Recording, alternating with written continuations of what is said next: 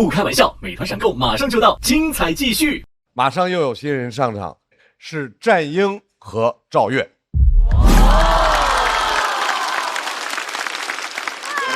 先上场的这位呢，他其实是一位跨界演员，他本身自己是一个 B 站的主播，然后同时还是一位职业的棋手，但是他更愿意对自己的称呼呢叫做非典型赢家。掌声欢迎战英。我叫战英，性别女，今年30岁，之前是一名围棋职业选手，这2年在做一名围棋主播。我之前的时候感觉很多人其实根本不知道我们这群人的存在，他们老是认为下围棋的就是年纪特别大，然后一定要到深山里去下，还一定要留着长胡子，穿着白大褂，都是很鼓励我说啊，感觉你也是比较搞笑女的一个形象。蒙娜丽莎来了，哈哈！banana， 战英，你多大了？战英，我3岁了。我觉得可以来试一试。加你！加油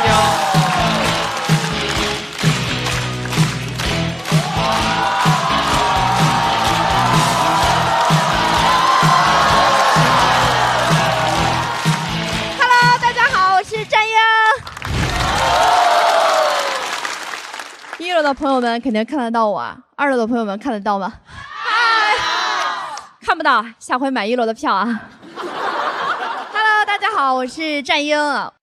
全国呢有400多个活跃的职业选手，我排倒数第9，比上不足，比下有8个。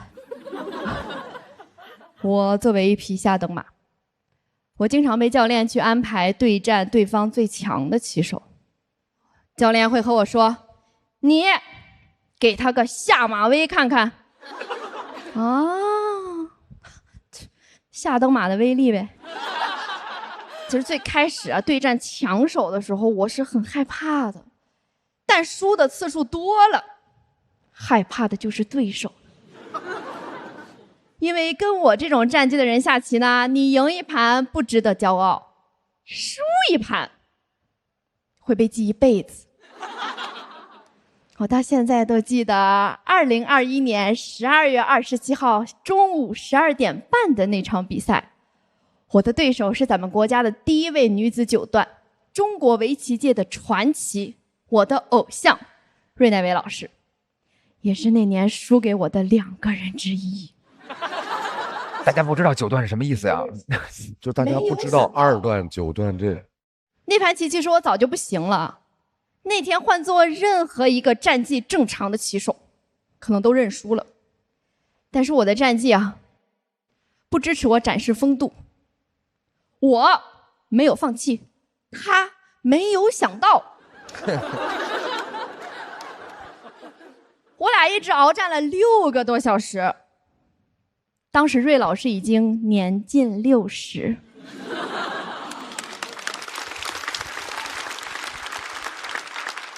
岁月不饶人，我也没有放过他。在最后时刻呢，芮老出现了一个失误，让我反败为胜了。那在竞技围棋的这条路上呢，我走了21年啊，但却是因为2胜16负，我这个个人历史最差战绩被大家给认识，甚至在网络上火了。但看到很多人因为我知道了围棋，我也突然释怀了。啊，被当下等马怎么了？其实我也有可能是骆驼，过了一封，我还能再来一封。谢谢大家，我是永远不会认输的下等马战英，谢谢。掌声送给战英。大家很多重点或许能听懂，但始终没有被带进这个故事里。但是我能有这样一个舞台去讲一讲，我就觉得是让我非常感激的一件事情。马上和他对阵的这位朋友一出来，大家就认识，一头蓬松的自来卷啊，壮妈啊，但是藏着的是一颗敏感而脆弱的心。对，我喜欢。掌声欢迎赵月。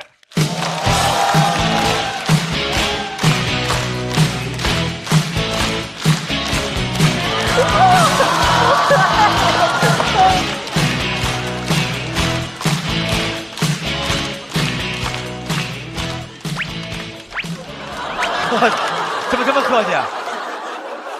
大家好，我是赵越。大家认识我都是因为我去年参加了这个节目，也是因为这个节目的原因，我现在出门的话偶尔能被人认出来，但我根本接不住大家认我时说的话。有个朋友他把我认出，他围着我转圈儿，他问我你怎么跟节目上长得一模一样呀？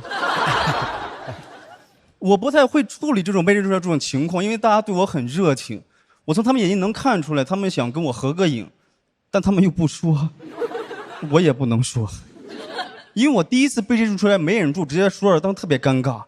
第一次被认出我特别高兴，我说你要不要和我合影呀？那个人说现在不太方便。当时没想到能被拒绝，我说那个不好意思，对不起，你走吧，冒犯了。他可能觉得我有点尴尬，他走了2步又回来了，说不行，跟你合一个。去年节目后我就开始一个人租房住了，这是我第一次独居，不太适应，害怕。这不是普通的害怕，是想起来就害怕。有些时候我心里想，好像最近一个人住不害怕了，然后突然就开始害怕。晚上上完厕所，从厕所往卧室跑的时候，像玩神庙逃亡。严重的时候都有点恶性循环了，一上厕所就害怕，一害怕就想上厕所，整个人变得很敏感。有好几次我邻居他回来晚上他开自己家门，我以为有人在撬我家门，吓得我赶紧穿衣服。我衣服还没穿好，就听门啪一声关了。我说啊，进来了。我一看也没有人呀，我想肯定是邻居，都这样已经好几次了。有一次我实在是忍不了，我就隔着门骂他，我说你以后12点前要是不回家，你就别回家了。我发现害怕很容易传染给别人。有一次晚上我给我朋友打电话，我说兄弟，我一个人住害怕，你能来陪陪我吗？他说哥你别这样，我害怕。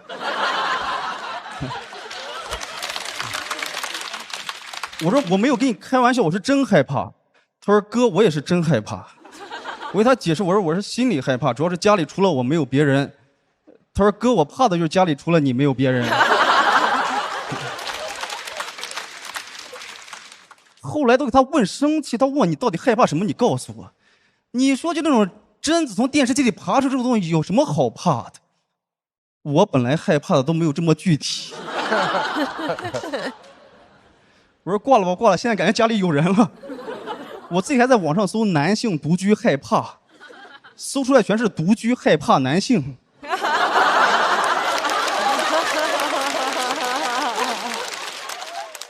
我现在又害怕独居又害怕男性。前一段时间回家嘛，我在路上正走着，我突然感觉后面好像有人在跟踪我。我当时心想，大哥不会是把我当成那种有钱的老太太了吧？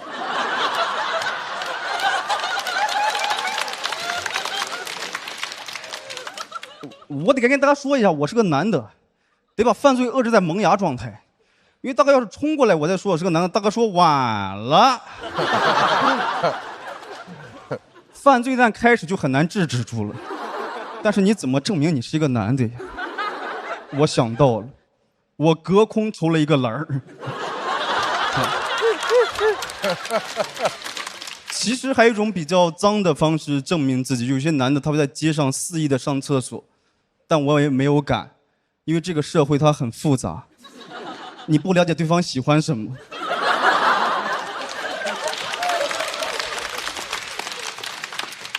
可能会有人问，那你为什么不跑呀？因为我不善于奔跑。我要是跑100米再被抓住，我连反抗的力气都没有了。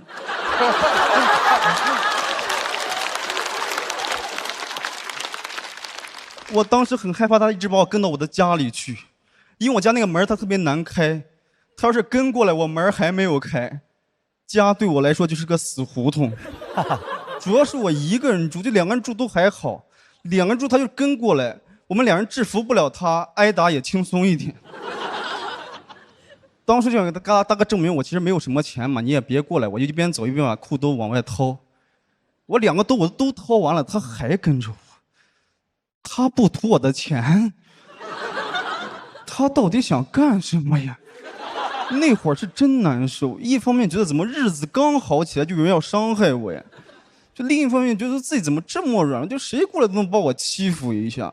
当时也不知道哪来的勇气，我就转过头骂他，我说你到底想干什么啊？他说回家。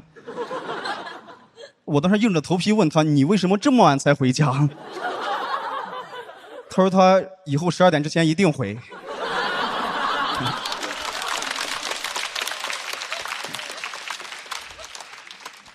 他说完之后，他就围着我转圈儿，他问我：“哎，你怎么跟节目上长得一模一样呀？”其实害怕没有什么的，你正视他就好。谢谢大家，我是赵月，谢谢你们。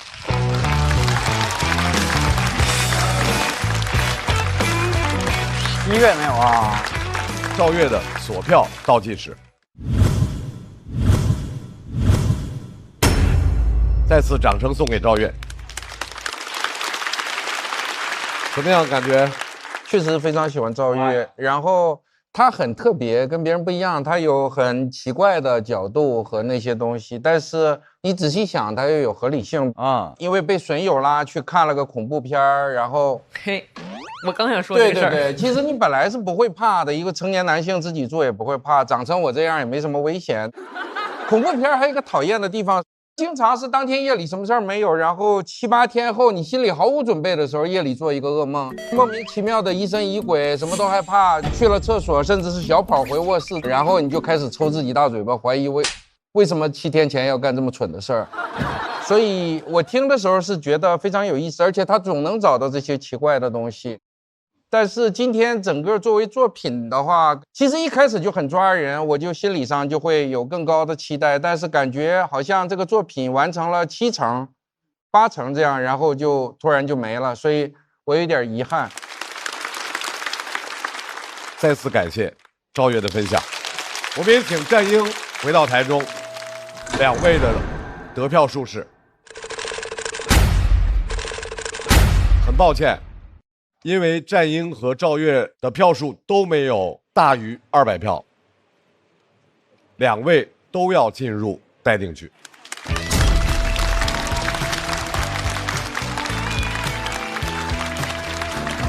赵月没讲起来，没有办法。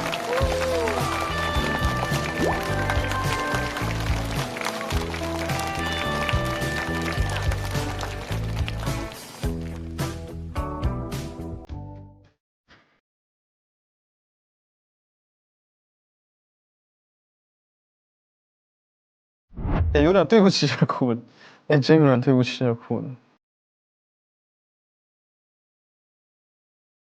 主要是他们真挺用心，他这个都是手绘的，这个真好。你别哭啊。赵月其实前2天给我说了一个点，我觉得他很可爱。他有一次在嘟囔说我不喜欢我这篇稿子了，我觉得不行。本来挺炸的，从他说完那句话之后。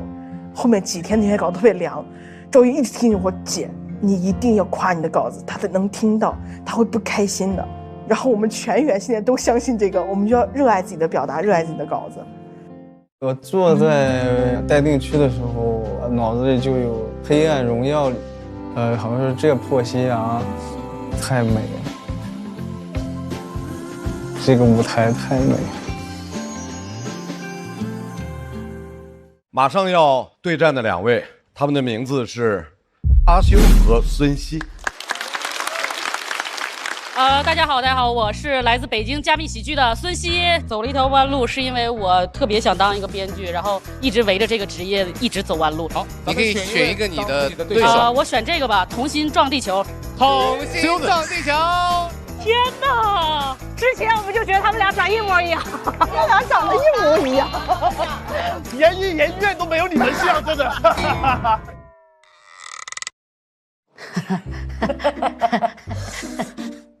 其实有一点点尴尬了，就是并不希望遇到。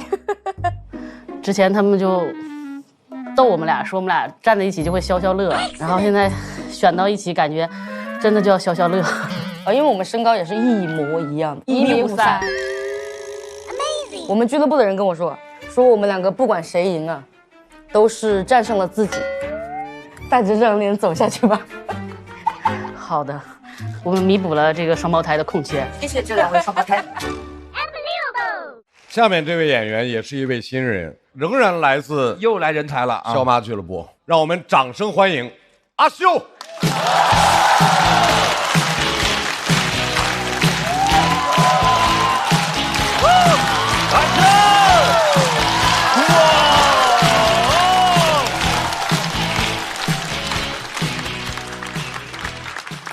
嗨，大家好，嗨，哈哈，哎呀，大家好，我自我介绍一下啊，我叫阿修，然后我是一个女演员。说实话，我之前没有想过要介绍的，是我碰到一次观众在长沙，他很热情，看到我就是长沙话，他跟我说：“喂，伢子，这是长沙话嘛？如果要准确的翻译成普通话，它应该叫嘿。”男孩，你还可以，声音也很有特色呀，像女孩。我尬住了，我说我就是女孩。他说哦，啊，一直都是吗？什么鬼？在俱乐部也是一样的。前阵子我们搞38妇女节，说的很好听哦。说我们给所有女演员都买了东西，哼，让我去搬东西。你们真的不能理解我在俱乐部是一个什么身份。我经常碰到的事情啊，是男生过来问我女生为什么这么想，女生过来问我男生为什么这么做，我夹在中间，感觉自己像个 translator。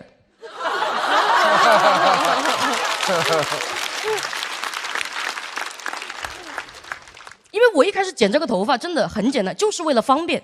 结果老有人跟我说你头发太短了，你要是不想被认错，留长就可以了。好，我们且不说啊，头发要慢慢留长啊。其次啊，怎么会觉得留长就不像男的了？留过呀。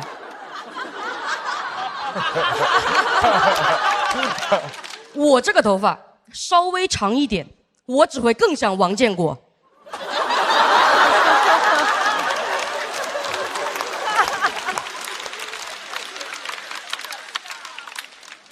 很少有人像他的，真相只有我一个。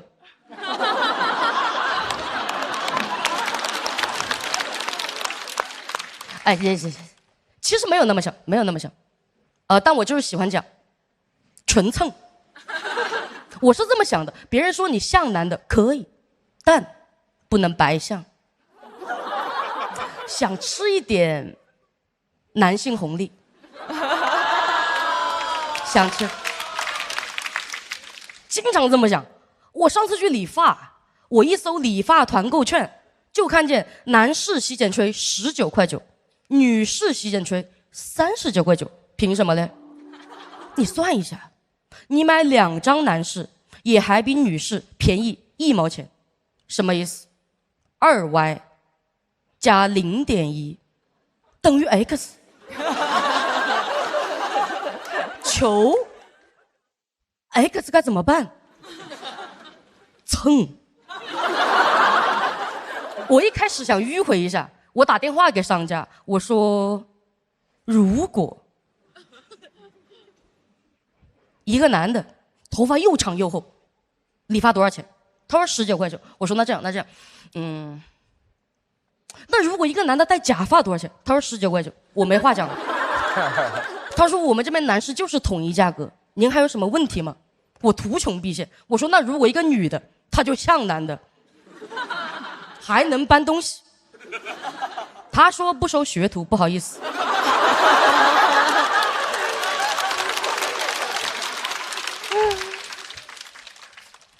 我有点生气了，我想硬装一把。我的计划是这样啊，走这家店，如果别人说您好美女，直接走，认出来了。得是那种一走过去，他说您好，您好，才可以。然后进去之后啊，不说话，问我什么我不说话。结账的时候掏出2维码，因为是我最低沉的声音了，这是我的计划。然后我走到家店，他说您好，请进。我就坐下来，然后他说想做什么发型啊，美女。你早这么说，我都不会进来。但人一急啊，真不会说话。我说你怎么不早说我美啊？他沉默了，我付了原价。当时我才意识到，我还是有一些不可忽视的女性特征，脸皮薄。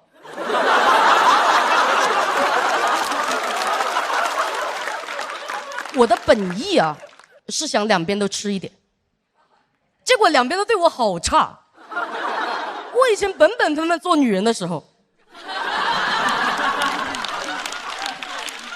本本分分，我想穿的酷一点 oversize 一点的衣服，我都在女装去搜男友风外套。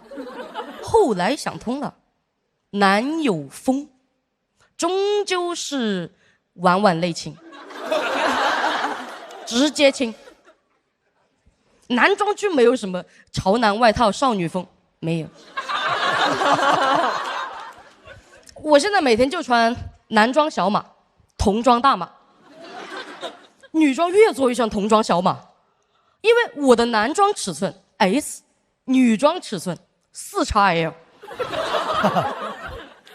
所以我喜欢穿男装，它不卡你，什么意思？肩膀能进去，你就能进去，你就可以穿。那女装是什么？套上肩膀，告诉你人还有腰。他上半身卡腰，下半身卡胯，背对背卡胯。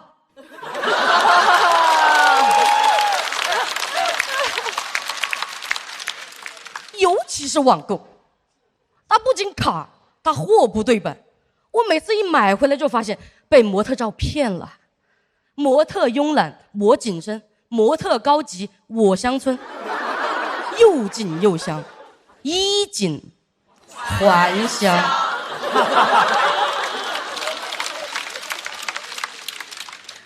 多妙啊！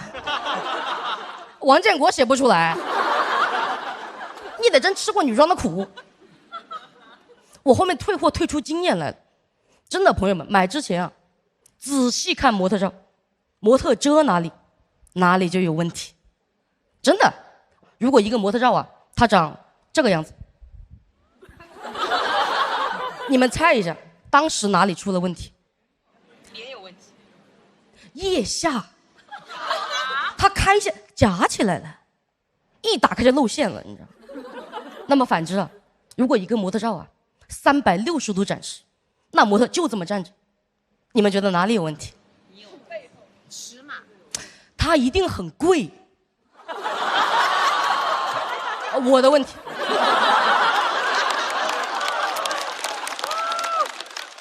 但我还是真的很不爽，我去问了一个做服装的朋友，我说为什么会这样？他说是这样的，做男装啊，追求的是舒适，是性价比高；做女装呢，追求的是曲线，是一个人2道弯。我说什么东西？一个人2道弯，美元？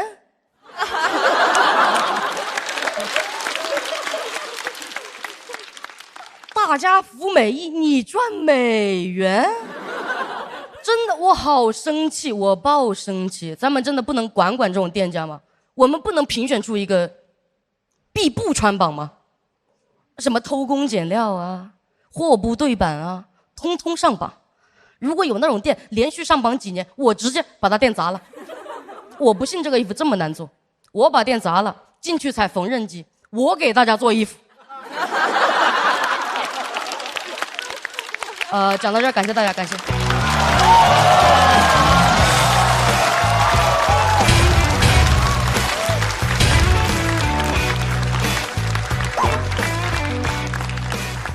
阿修的锁票倒计时。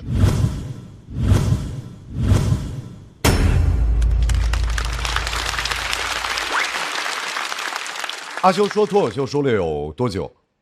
将近3年多。这个段子在线下的反应是不是也非常好？长沙观众比较给面子，在长沙还行。就是我记得我之前好像看过一个，就是类似于说你要买一个东西，但是你用不同的话术去描述它，你搜索出来的价格好像是不一样的。怎么讲？比如说我要买一个瑜伽垫，但如果你搜工业店，它就非常非常之便宜。对，就你搜化妆箱和什么工业什么工具箱之类的这种，就它是完全不一样的。所以女性用品有很多溢价是吗？啊，粉红税。对，所以我特别喜欢这一篇，就是你不觉得他用一个女性的角度讲了我们很多女性会面临的很多困境，但是我们已经被洗脑的已经觉得习以为常了。我认为我好像付这个价格，它就是理所应当。我从来没有想过还有别的方法。这个是一个完整的段子吗？缩减了蛮多的，缩减了。觉得结尾的时候稍微有点对，有点戛然而止啊，对，有一点点。所以我其实就是因为这个，我全程听的都特别开心，是而且他这个角度是很罕见的。对，人家说你喜欢为什么不拍？其实我就感觉你们有可能有这样一个情况，就是说巡演的时候或线下演的时候，一个20分钟的段子，而且打磨的非常好，然后到这个节目里来，因为不给这么长篇幅，调整成10分钟左右的时候，收尾收在一个戛然而止的地方，但是你可能自己并不感觉。我的问题？不是，是我们俩共同的问题。对，我的问题大一些。我们的羁绊是吗？这是。真的是一场非常好的演出，再次谢谢阿修。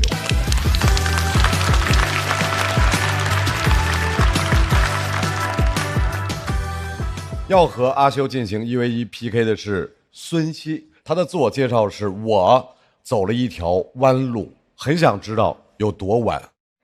来，掌声欢迎孙熙。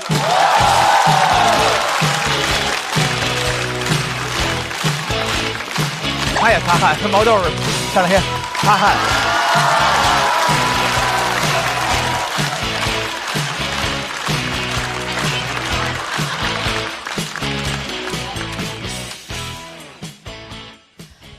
大家好，我叫孙熙啊，相信你们也能看出来，我也是一个男装的爱好者。自我介绍一下，我之前是学法律专业的，然后爸妈一直想把我培养成一个律师，但我这个人呢，从小就很文艺，梦想是当编剧，为此就和爸妈争吵过好多年。后来我终于下定决心辞职，去了北京，找了一家影视公司，做了一个法务。我爸妈听完都懵了，这孩子叛逆归叛逆，还挺有分寸感的啊。我知道直接转行业其实挺难的，所以我想通过这份工作认识一些编剧大佬，然后假装在不经意间向他们泄露我的才华。计划真的挺美好的，但真的工作以后才发现啊，一个人真的很难在改合同的时候泄露编剧才华。我总不能改着合同，突然就加进去一个凄美的爱情故事，结尾再补上一句本合同纯属虚构吧。然后这个时候经理就冲过来问我说：“你怎么不按照合同模板写？”我说：“大家早就看腻那些套路了，是时候开创一些新的类型，突破民法典对我们的束缚。”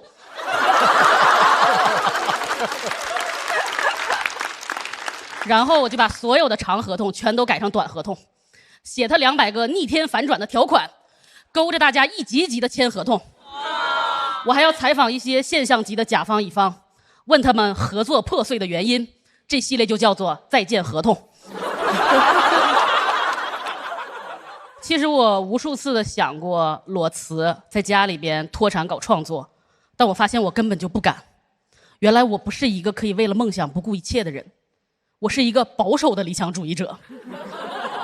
放在古代，我就是那种留着长长的辫子喊着改革的保皇派。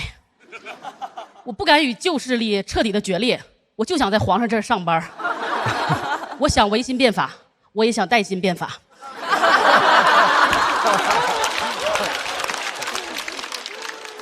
有一本世界名著叫《月亮与六便士》，也激励不到我。就那本书用月亮代指人间的理想，用六便士比喻物质生活。在男主人公看来，遍地都是六便士，他只看到月亮。但是在我眼里，这六便士我今天要是不捡，别人可就捡走了呀。所以我就只能安慰我自己，白天捡六便士，晚上看月亮。可是我真的工作以后才发现，我是白天捡三便士，晚上捡三便士。我捡的是99六便士。而且你知道吗？六便士在北京很容易就花完了，所以我的生活真的就很窘迫。我没有时间看月亮，但我经常能感受到月光。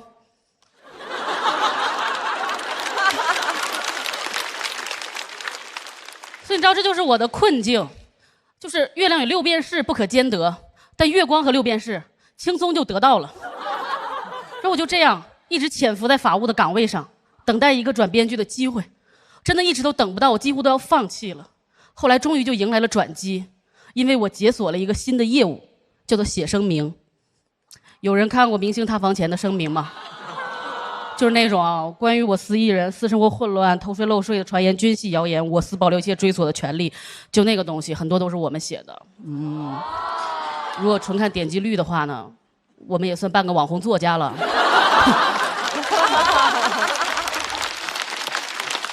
就经常会有人好奇问说，公司声明到底有没有法律强制效力啊？坦诚的说呢，基本没有。还会有人好奇问说，那公司声明都是真的吗？坦诚的说呢，这事儿就没法坦诚的说。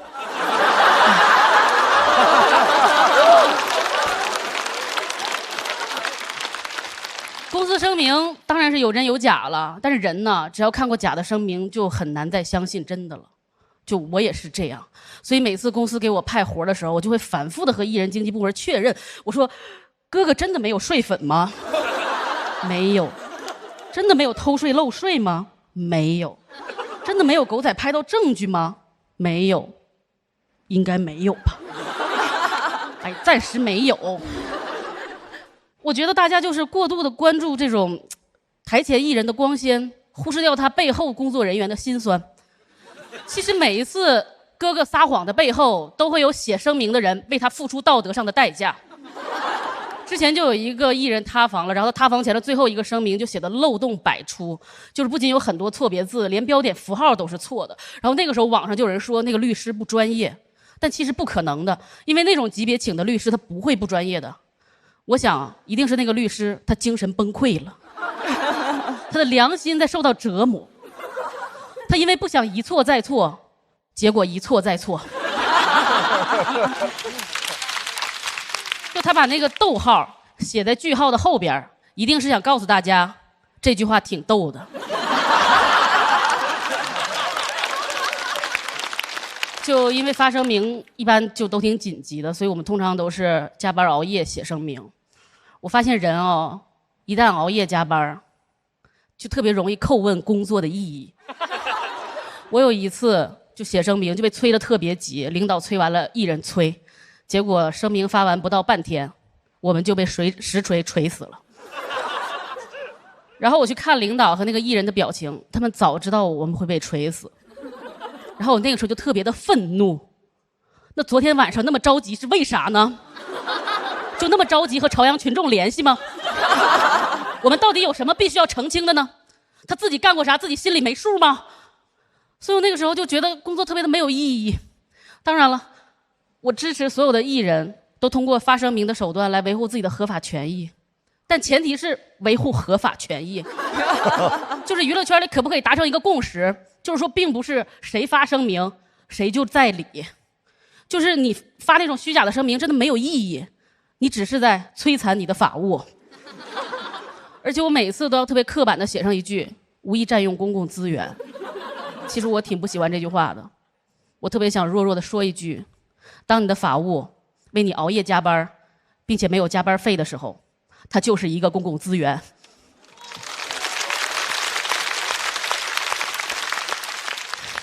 所以现在出于我自己的职业原因，我只佩服2种艺人，一种就是那种以身作则、遵纪守法的艺人，另外一种艺人就是那种塌了房以后，绝不发声明，但也绝不沉默，就自己一个人在微博上一通乱喷，怼天怼地，丑态百出，然后道歉，最后退圈的那种艺人。别人眼里他是个疯子，在我眼里他是条汉子。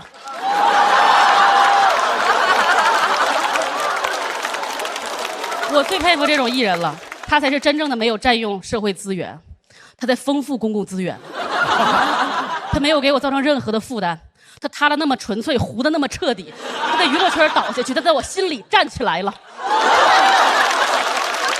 我特别想和他说，你做人不怎么样，但你对我是真的好呀。所以就是希望每一个艺人都可以自己承担自己的错误，毕竟老话说得好嘛，一人做事一人担。当然，我也必须要坦诚地说，虽然我在这里吐槽了挺狠的，但其实公司给我派声明的活儿，我都干得挺认真的。你们也知道嘛，我做人虽然叛逆，但很有分寸感。然后我有一次就是因为声明写的实在是太好了，就得到了我公司大领导在公司群里的通报表扬。那一刻我就知道自己成功了。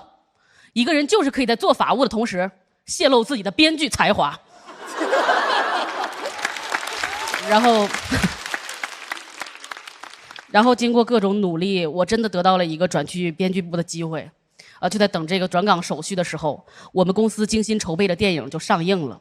那个电影项目我一直想参加，但他们不让。上映以后，豆瓣评分2.9，网上都骂惨了，甚至有一个特别高赞的评论说应该枪毙那个编剧。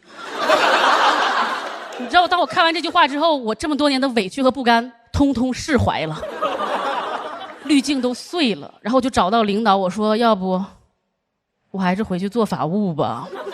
网上虽然没有人夸我，但也没有人要杀我呀。讲到这里，谢谢大家，我是爱走弯路的孙熙。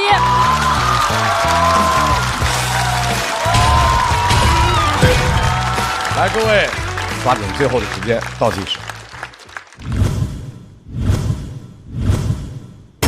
再次掌声送给孙熙。孙熙，你现在在做什么工作？其实我去年还在找法务的工作，然后后来有一个神奇的俱乐部融到了一笔钱，然后他的老板说你要不过来跟我搞脱口秀吧，然后我就又跟他搞脱口秀了。所以孙熙，你加起来说脱口秀有多长时间？就是完全加起来大概是1年多一点点吧。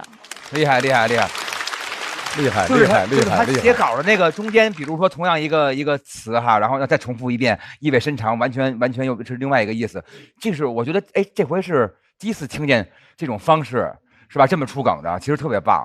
他有很多的愤怒，但是呢，他是通过脱口秀的方式，然后我就感觉他是一个小飞刀，就这样砸向我们。但是我听的是非常开心，然后我觉得它里面的内容其实也是挺犀利的，我挺喜欢。谢谢老师们。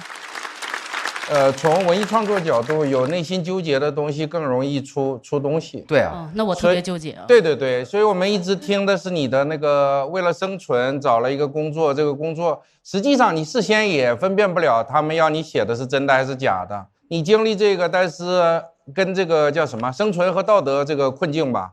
对。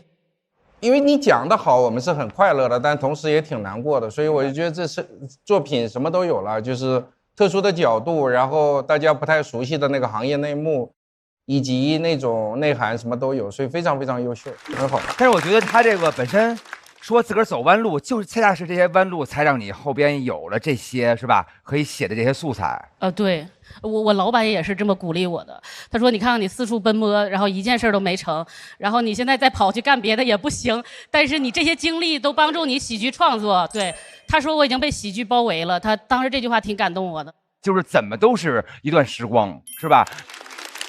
我本来其实对我段子还略有信心，但是我又意识到，其实他可能很纠结，好像没有给到大家力量。然后我刚才在听小齐老师讲这个学历高的人多纠结的时候，我突然觉得自己被点到了。然后我也觉得以后应该像他这样，就是敢想敢干当皇帝啊！多好，我们这舞台多好！脱口秀演员们在演出的过程当中都会互相激励，这是多好的舞台！来，再次把阿修请到台中。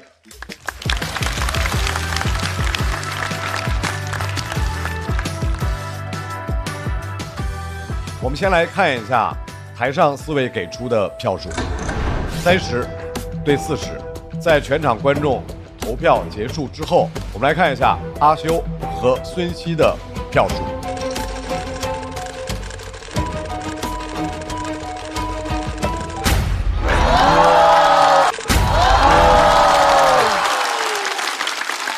孙熙226票，成功的进入到晋级区。阿修206票，需要在待定区稍作等待。把掌声送给2位。我说啥来着？一点事儿没有吗？没有我说啥来着？谢谢。我说啥来着？谢谢大家的支持。各位屏幕前的观众们，大家好，我是孙熙。声明，本段内容是根据本人亲身经历及社会新闻进行的艺术创作，已经对相关人事物进行了化名处理和艺术加工，一切以搞笑为目的，希望大家不要对号入座。表演中的观点仅代表个人看法，不代表节目和平台立场，也请不要上升到行业的存亡。如果同行们觉得我实在是太过于多嘴，那请同行们多支持我的脱口秀演出，助力我早日离开法务行业。另外呢，恳请相关方在制作我第一赛段的表演卡段时，连带本声明一起剪辑，毕竟我是真的很想多占用一点公共资源。声明人孙熙，2025年5月，谢谢大家。这个真是啊，这回才觉得当艺人了呢哈，果然只有发声明才像艺人啊。马上要来1v1对战的2位，大家都熟悉，季业和 Echo。先上场的这位大家很熟，还是那个男人。那个男人来了。那个男人本来年纪轻轻的，但是这一年有巨大的变化。大家都说他身上有很浓重的爹味儿。掌声欢迎季业。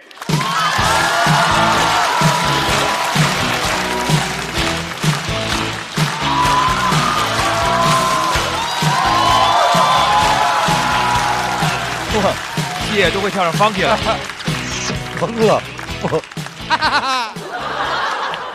好多人啊，还有 LOFT。大家好，我是季业。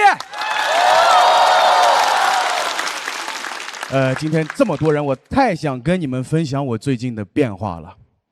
我马上要当爸爸了。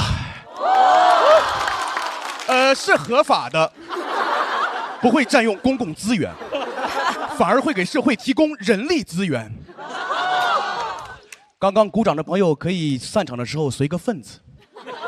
线上的你们也别闲着，随个赞，给孩子的。我老婆的预产期是7月份，跟咱们节目一样，都在暑期档。别人上节目是为了获得唯粉、真爱粉，我只要奶粉。孩子一出生，家里摆满了奶粉。我跟孩子说，我是挥霍吧，新二代。周围的朋友不太理解，经常会有人问我们：你们为什么要生孩子？给我问心虚了，我说不让嘛。政策变了啊，现在改计划绝育了啊。但我都知道，现在大家确实都选择不生孩子，所以就有一种当叛徒的感觉。我说别人会不会在背后蛐蛐我？他怎么当爸爸了？亏他还是脱口秀演员呢，不离婚就算了，他还要生孩子。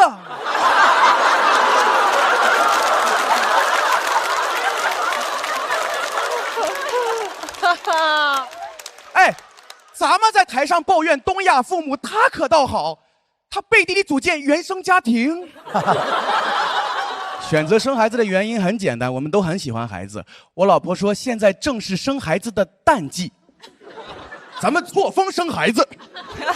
我们去年开始备孕，网上都说怀孕挺难的，我老婆说咱们就用对待考研的态度来对待备孕。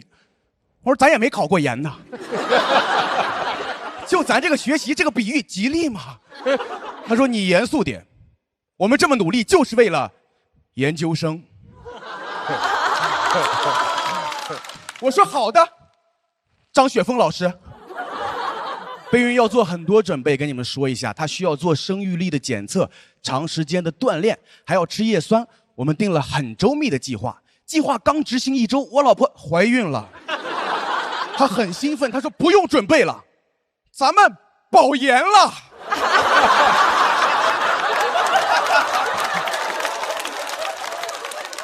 offer 来的太快了，说到就到，怀的不会是曹操吧？哎，医院这是来电话说生育率的结果测出来了，我说我们也测出来了。医生说你们可以准备了，我说已经结束了。我老婆建议我把健身卡退了，她说能省一点是一点。我想也对，都上岸了，谁还去辅导班啊？我就跟教练说，我有家要养，就先不做有氧了。教练说那给你换成举重，我说也不用了，肩上的担子已经很重了。哎，我觉得孩子未来最需要的是一个富裕的家庭，而不是一个双开门的父亲。孩子说爸爸我想吃奶粉，我说爸爸只有蛋白粉。怀孕的过程很顺利，但是我们开始备孕的时候不敢让家里人知道，因为在我们家只要你有想生的念头，整个家族就开始折磨你。我表哥表嫂之前说想生孩子，后来家里就没让他们吃过正经东西。早起先来一杯中美式，也叫中药，也可以叫生椰生育拿铁。天天喝中药，真的别说生了，他们都不想活了。他爸妈还老往家里送那个送子观音，卧室摆得跟庙一样。哎，我去他家都害怕。我说表哥，怎么你也喜欢泡泡玛特呀？什么鬼？所以为了防止被催生，我们一直在 cos 丁克。对外我们就统一口径，我们不生孩子，我们讨厌 kid。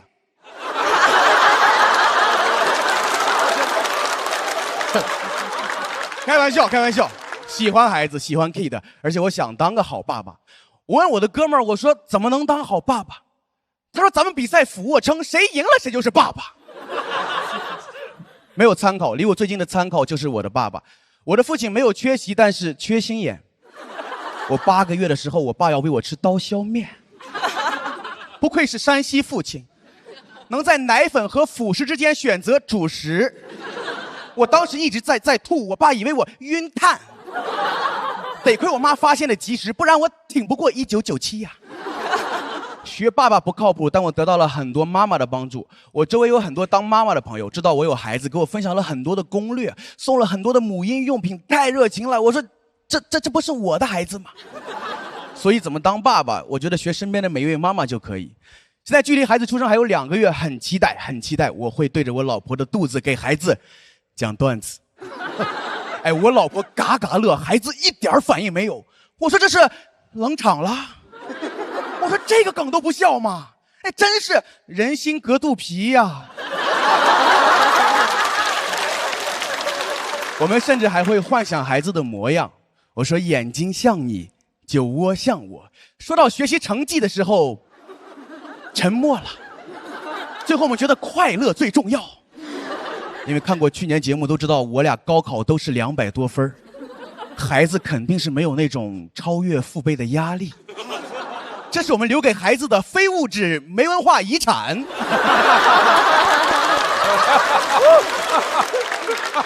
以后在家只有鼓励式教育，我俩就是大张伟，孩子干什么我都说练。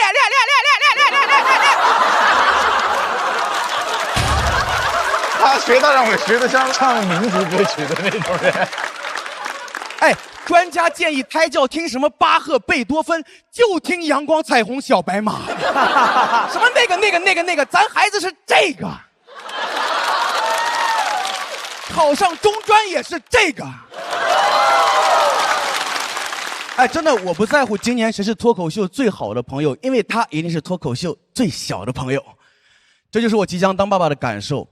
到现在我可能还是不知道怎么当一个好爸爸，但是听了这么多脱口秀演员分享自己的家庭、自己的童年，我觉得至少我知道怎么不做一个坏爸爸。最近我们也在看有关家庭的科教片《家有儿女》。你的童年我的童年可能都一样，但我真心的希望这一代孩子的童年会不一样。而且确实我站在台上跟你们分享当家长的喜悦还是蛮心虚的，因为真正此时此刻真正在承受生育压力和痛苦的是我老婆。她孕吐的时候我也很难受，但能做的很少，我只能边拍她的后背边逗她开心。我说你是不是看我想吐呀？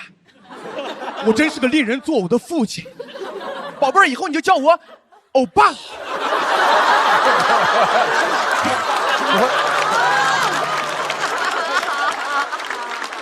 很多时候只能干着急。我说我能做什么？我媳妇儿着急了，能做什么？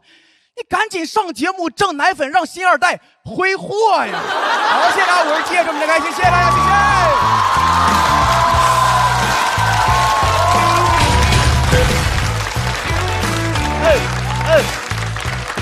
左票倒计时，再次掌声送给基业。是不是大老师你的那个段落出现的很突然？我随份子呀，我马上随份子了，马上随份子了。随个灯，随个灯，把我孩子未来的星途照亮。得嘞，衷心祝愿啊！谢谢要生了，然后那个整个生产过程非常的顺利，然后孩子一拿出来一边说厉害，太棒了啊，太棒！哎，名字想好了吗？名字其实那个我们脱口演员蔡姐帮我们想了一个名字叫好想，往好想，往好想，就是所有事情都往好了想。然后也祝愿我们所有朋友的段子也好想好想。我没有想到我还出镜了。我觉得挺好的，而且这个名字它无关性别，它都可以用，就这个名字还挺喜欢的。哦，没有想过叫什么往哪儿跑吗？嗨，是真的。我现在心理上是准备好了。但是精神上暂时还没有准备好，因为那个精神上那个准备是需要你见到孩子，你抱到孩子，你跟他有体温的接触，才能有那种准备。本来对这个孩子没有什么具象化的认识，但你看衣服，你就觉得哦，原来他这么大。刚刚我们检查完了，医生说什么？说长得太大了。这个发现。有好消息和坏消息，太大的话可能不好生，不好顺产，不好生产。但是孩子确实是个大个儿，大个儿。会比吕博伟大吗？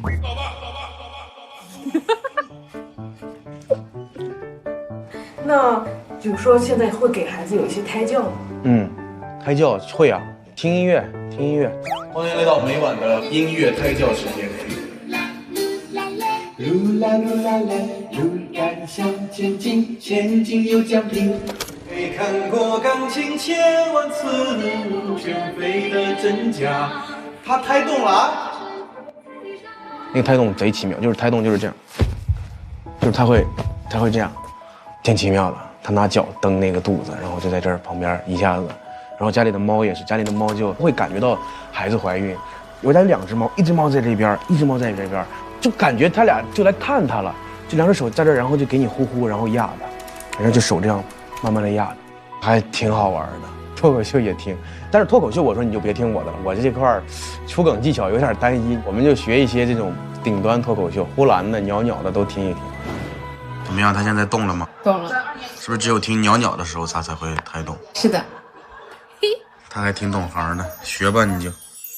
我觉得他未来喜剧，这孩子喜剧不会差的。我媳妇在家看《雀刀门传奇》《乡村爱情》《马大帅》，我说这你看完，我跟你说，生下来就会4、6、8句。以后等脱口秀和他的朋友们第20季，差不多我孩子18岁，我就可以我俩1 v 1一下子，我挺期待的。他干啥都可以啊。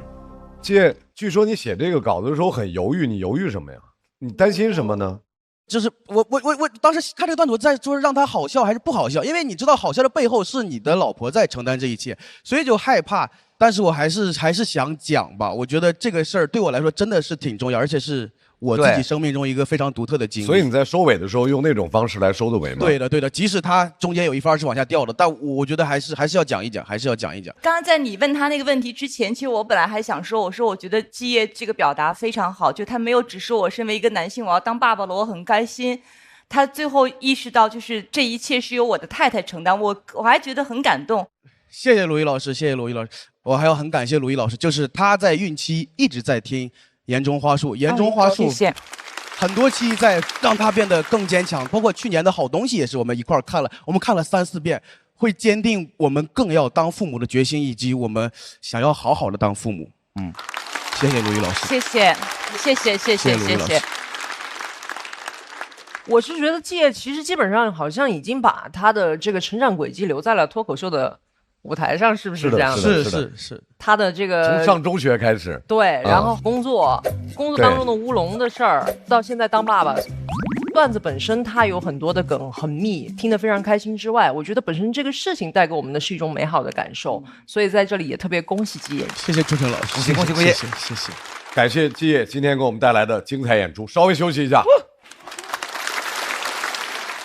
马上要上场的这名优秀的脱口秀演员，去年在这个舞台上，他跟大家分享了二姐出走的故事，让更多的二姐被看到。今年他的家庭故事仍然在继续上演，掌声有请 Echo。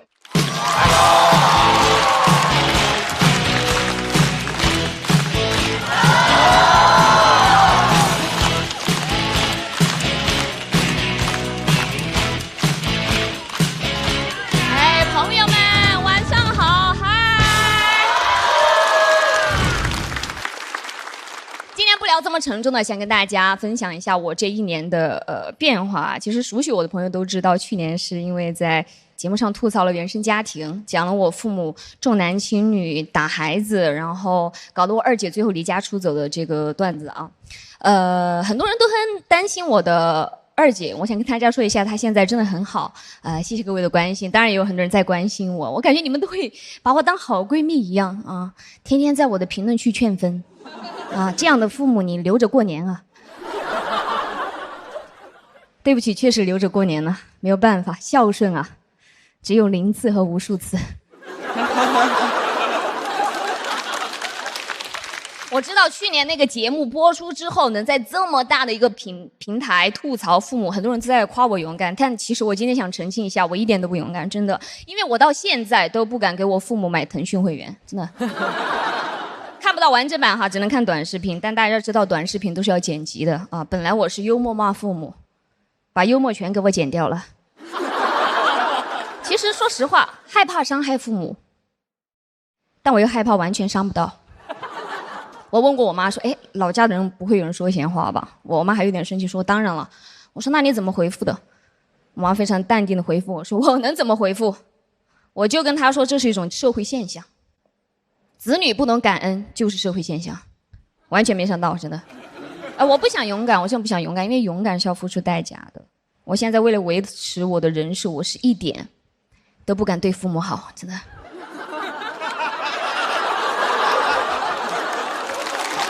太难了。就之前请我父母吃饭嘛，就本来请他们吃海鲜大餐，但上了第一个菜之后，我就赶紧拍照发微博，我说请原生家庭吃饭，一个菜就够了。真的，我本来以为自己已经藏得很好了，结果下面还是有网友在那留言说什么玩意儿，这样的父母也配吃饭？1个月给他们1000，断绝关系。我知道这是我的铁粉对我的真心祝福。当然了，在这么大的平台吐槽父母，并不是所有人都接受的，网上还是有很多不同的声音啊。曾经收到过一条私信，言辞激烈：3个女儿1个儿子，你这样的人以前是要被送走的啊！父母给你养大，不懂感恩，你就是一个白眼狼。给我吓死了，赶紧截图发给我妈，问这是不是舅舅。不仅不勇敢，还有点愧疚，害怕老家的人对我爸妈指指点点，我就时不时给我妈发红包，我称之为对冲。100你别生气了啊，1000我承认我做的有点过，1万不能给1万，因为有的父母是真的不懂感恩。但是我想多了，我真想多了。我觉得老家的人根本不在乎什么打不打孩子，他们就觉得我有出息啊。现在老家都有流言传开了，说只要孩子打得很，另一个就上电视。哎，但是是有一些变化的。跟大家分享一个非常温暖的事情，就是其实我妈妈是给我道歉了的。对，她在微信上跟我说对不起啊，我也应该反思一下。这是我第一次听到我妈非常认真的跟我道歉，我不太适应，因为我无法接受父母正儿八经的道歉，我希望随意一点啊。比如吃饭的时候，我妈说，哎，旁边那个菜是不是你喜欢的？是啊，那这边这个我私密马塞。快，突然说是为什么？但是我妈道歉这件事情呢，给了我很大的震撼。我突然意识到，我妈是上一辈的妇女，她有很多身不由己的事情，我不想把所有的错都怪在她身上。然后我就跟她回复说：“哎呀，我可以理解，母女一场嘛，磕磕绊绊就很正常。”但是我突然想到我二姐，我又改了一下，我说：“哎呀，母女一场嘛，打打杀杀很正常。”我还带我妈去看的电影啊，《出走的决心》，讲的也是他们这一辈妇女觉醒的故事啊。看完之后，我妈真的很感慨，她说感觉这辈子一直在为别人活，从来没有关心过自己。我心想，哦，觉醒了。我就问她说，那你现在想干嘛？我妈非常坚定地看着我说，我要割眼袋。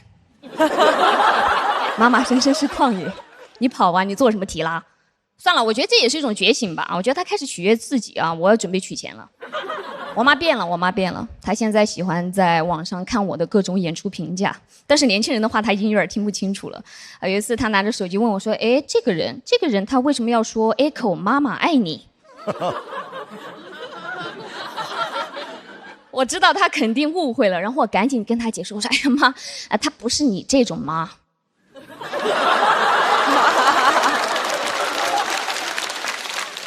这是假妈。我妈有点疑惑说：“假妈要干什么？”哦，假妈应该就是无条件的信任你啊，支持你啊，尊重你啊。我妈说那确实很假。然后我妈又问说：“那这个姐姐杀我呢？”我说那是真的，二姐你小心一点。对。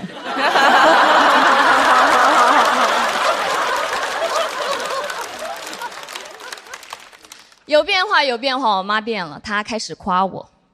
我感觉我还是不太适应。有一次，他发了我几张演出的照片，跟我说：“我发现你最近变得漂亮又自信。”母亲的认可，这是我第一次收到，我从来没有收到过，不知道怎么回应，给我吓得差点一边假笑一边跟他说：“亲爱的，你也很瘦哎。”女儿跟妈妈的关系其实是非常复杂的，就我们3个姐妹其实经常吵架，但都不会真的伤害到我对方。尤其是我二姐啊，每次跟她吵架的时候，她都非常淡定说：“哎呀，我无所谓，你随便骂吧，我无所谓。”但只要我说出那句：“你有没有发现你现在跟妈一模一样？有没有发现你跟妈一模一样？”我二姐当场：“老子现在就杀了你。”成为妈妈是我们的噩梦。没有任何人想要跟妈妈一模一样，尤其是我是跟我妈最不像的。我上211，我 City Walk in 上海，我最不像，我不可能跟我妈长得一模一样。但是有一天我打开了手机里面的变老特效 ，You know what? Just like my mom。我怎么可能跟我妈一模一样呢？不行，我要做出一点改变。我赶紧掏出手机，给我妈发了一个红包，说：“快去把眼袋割了吧。”母女一场，我们都和过去的自己做个切割吧。谢谢大家，我是可，谢谢。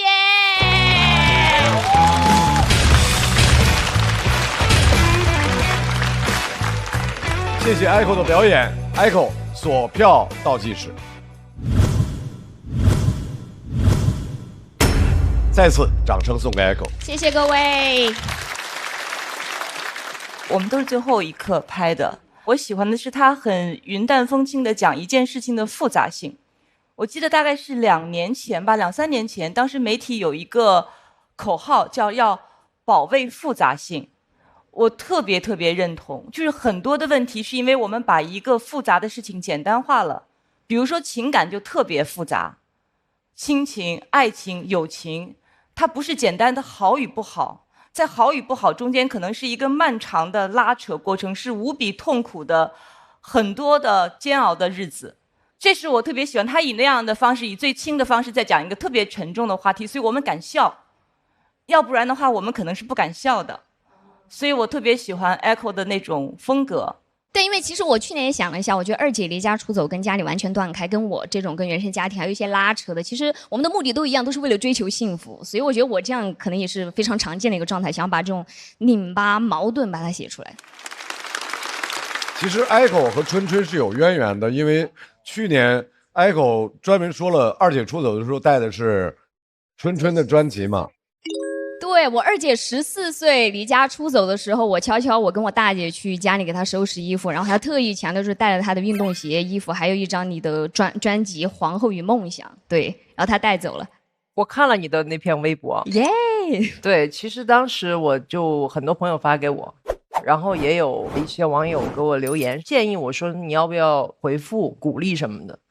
但我后来觉得，因为他那个二姐的那个事儿，其实对我震动是非常大的。从我内心来说，我觉得我只是去给他留一个类似加油的这样的话，我觉得他会不会太简单了？所以我其实更想说，我如果有机会，我能跟 Echo， 我觉得面对面，我们来说这个事儿。所以其实这也是我来这一届脱口秀的一个非常重要的原因。谢谢。去年 Echo 在现场演的时候，我记得我应该是没有来的，但回去看视频的时候，是触动比较大的一个选手和他的故事。之后我在社交媒体上也都关注了他，然后我也很希望看到他后续的发展和那些东西，希望像我希望的那样变得越来越好。但是单纯从脱口秀的角度来讲的话，我跟鲁豫老师的感觉不太一样，是说我每次听你的脱口秀的时候，我觉得你的人生态度很好，你的作品里也有很多非常好的视角，但我更多的是难过，而不是毫无心理负担的笑，这个是我一直困惑的一个事情，所以有可能这是高度主观的一个事儿，所以我单纯从作品的角度就是没有拍，但是我真的特别希望你未来一切都好。我想回应一下罗永浩老师那个问题啊，就是你的纠结我能够理解，但是可能我自己的喜剧创作对我来说，我特别喜欢去面对真相吧，因为我觉得真相它并不是开心的，不是快乐的，只是说可能目前年纪比较小，我今年才30岁，各位非常的年轻哦，没有梗吗这里？我很希望去直视人性中间的灰色地带，那些纠结矛盾，所以我希望以后有更多机会可以创作吧，谢谢。好，再次把掌声送给 Echo。有请季业回到台上。我特别想问一下二位啊，就是你们各自的那个自我介绍是什么呀 ？Echo 你的是什么？我爱我家。我爱我家。季业，爹味渐浓。你俩是谁选的谁？我选的他，因为我打的就是爹味儿。从我这来的啊。但我俩都不知道对方是这个标签。我们都想玩幽默。然后最后被幽默住了，对，因为看到是对方的时候，就我俩已经碎了，就是因为我们是很好的朋友，我觉得我们要打咱们总决赛再打嘛，就是这是幽默，这是幽默，就是，然后我们来看一下二位的得票是，最后的呈现，我觉得还可以啊，但肯定不是最好的状态。我觉得不是特别流畅，但是题材是我非常想讲的，然后能处理成这样，我觉得又是一次新的进步，所以，哎呀，对自己好一点吧，80分。季业256票，恭喜进入到晋级区。Echo 要在待定区稍作等候。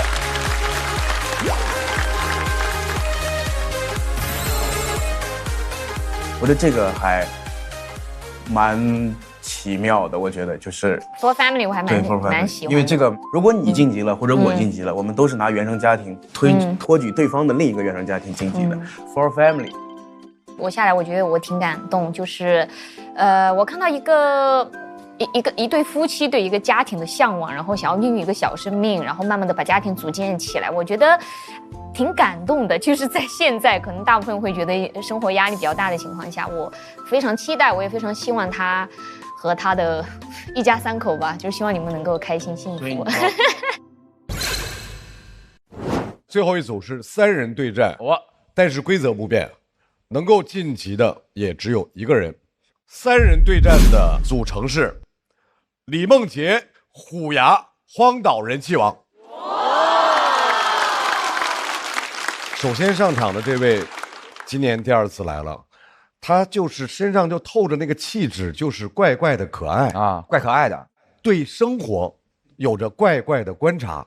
掌声有请李梦洁。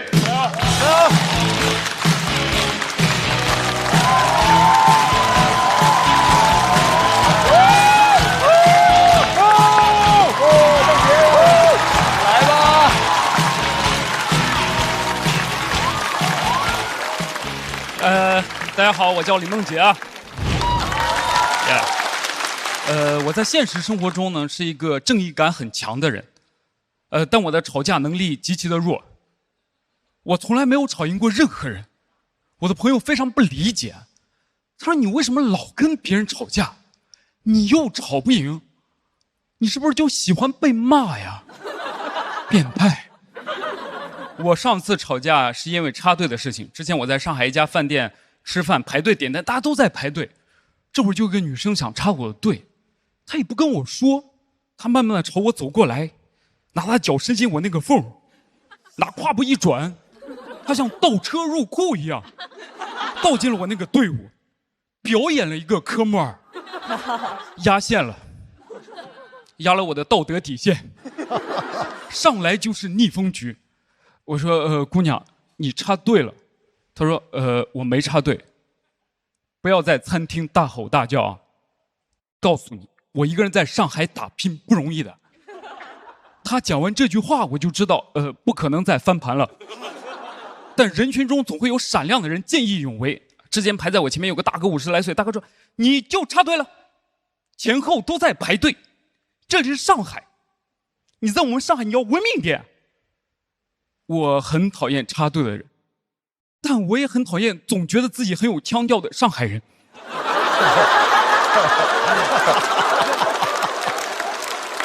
你听听他那话讲的，什么叫在你们上海要文明一点？我们农村也不可以插队啊！我的大脑很混乱，我不知道该讨厌谁了。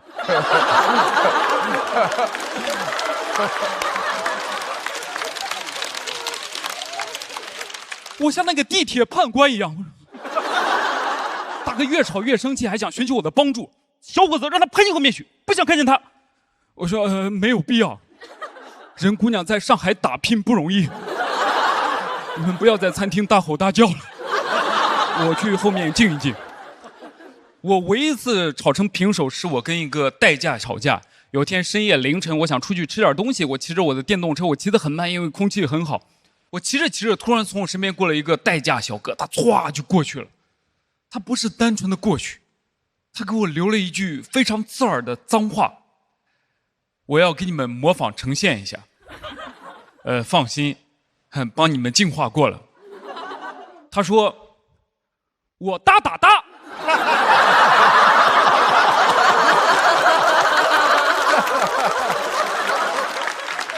主谓宾结构。他有后半句呢，他怎么骑那么慢？我当时立刻就停下来了，我真的很委屈，因那个我哒哒哒听的也太清楚了，我没有办法当做听不见，他像巴掌一样扇在我的脸上。你怎么骑那么慢？是风带给我的。我还在反思我自己，我想我做错什么了？你要这么骂我？你是因为看出来我没车不需要代驾吗？你骂的也太狠了吧！但我想了10几秒钟，我做了一个很勇敢的决定，我追他去了。我追上之后，我看着他，我说：“我哒哒哒。”他很惊讶，他像失忆了一样，显得我很没有素质。我觉得他惊讶的不是我骂他，惊讶是我竟然追得上他。我可是接单最快的代驾，他怎么可能追得上我？我当然追得上你了，我的电动车是顶配版。我骂完他之后，他也反应过来，他也开始我哒哒哒，我俩就开始一人一句，匀速往前骑，跟2条狗一样，没有任何杀伤力。仿佛达成了某种默契，就讲那4个字，没有一个人换台词，就怕对方接不住，很有分寸感，感觉那4个字是我们的安全词。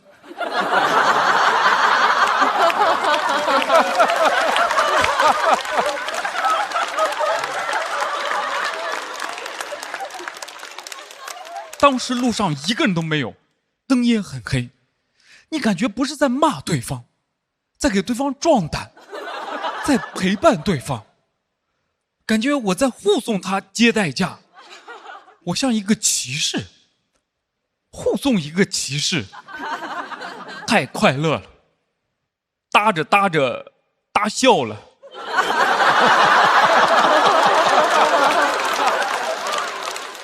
搭得我心里暖暖的。一打打，二打打，三打打。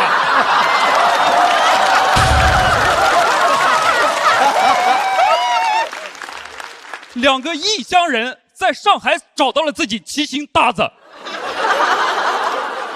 真希望可以一直跟他搭下去，搭到天荒地老，搭到城市的边缘，山无棱，天地合，才敢与君绝。我知道，哪怕他真的骂我，就算真的一直骂下去，这场仗我也输不了，我不可能输，因为我在跟他骂的过程当中，听见他那边手机传您的订单即将超时，他还要当代驾呢。他一个人在上海打拼不容易。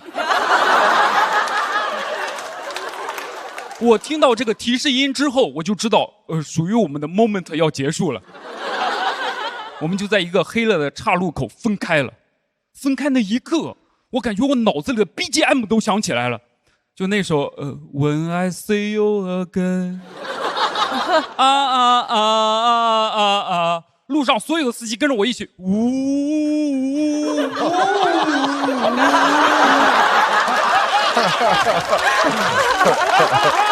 太难听了，太难听。我有点舍不得他了，我想下个路口见。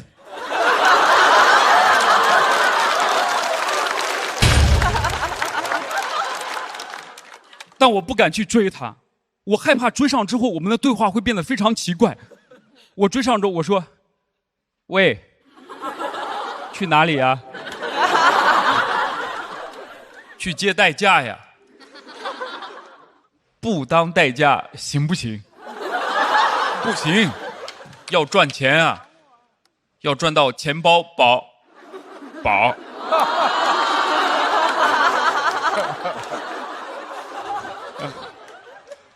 我把这个事情当作玩笑一样分享给我很多好朋友听。我说，哎，如果你们最近过得很抑郁的话，你也可以尝试深夜走到街头，找到自己的搭子，非常快乐。只有一个朋友当真了，他很生气，他说：“李梦洁，我从来没有想过你是这种人。我认为一个成熟的成年人是不可以在公共场合讲那种脏话的，为你们感到羞耻。”我说：“你帽子可太大了，如果你是我，你开车被代驾小哥别了车，他还骂你，你怎么办？”他说：“我不怎么办，他就是一个代驾呀。”我说：“你听，只有你们这种王八蛋是真的歧视别人。我骂他是因为我在乎他。”怎么还有理了呢？就是为什么呀？这有什么理呀？我总算想明白为什么总容易跟别人发生冲突，因为我真的把每个人当人看，我们都是平等的。如果世界以痛吻我，我一定报之以一打打，二打打，三打打。谢谢大家，李梦洁。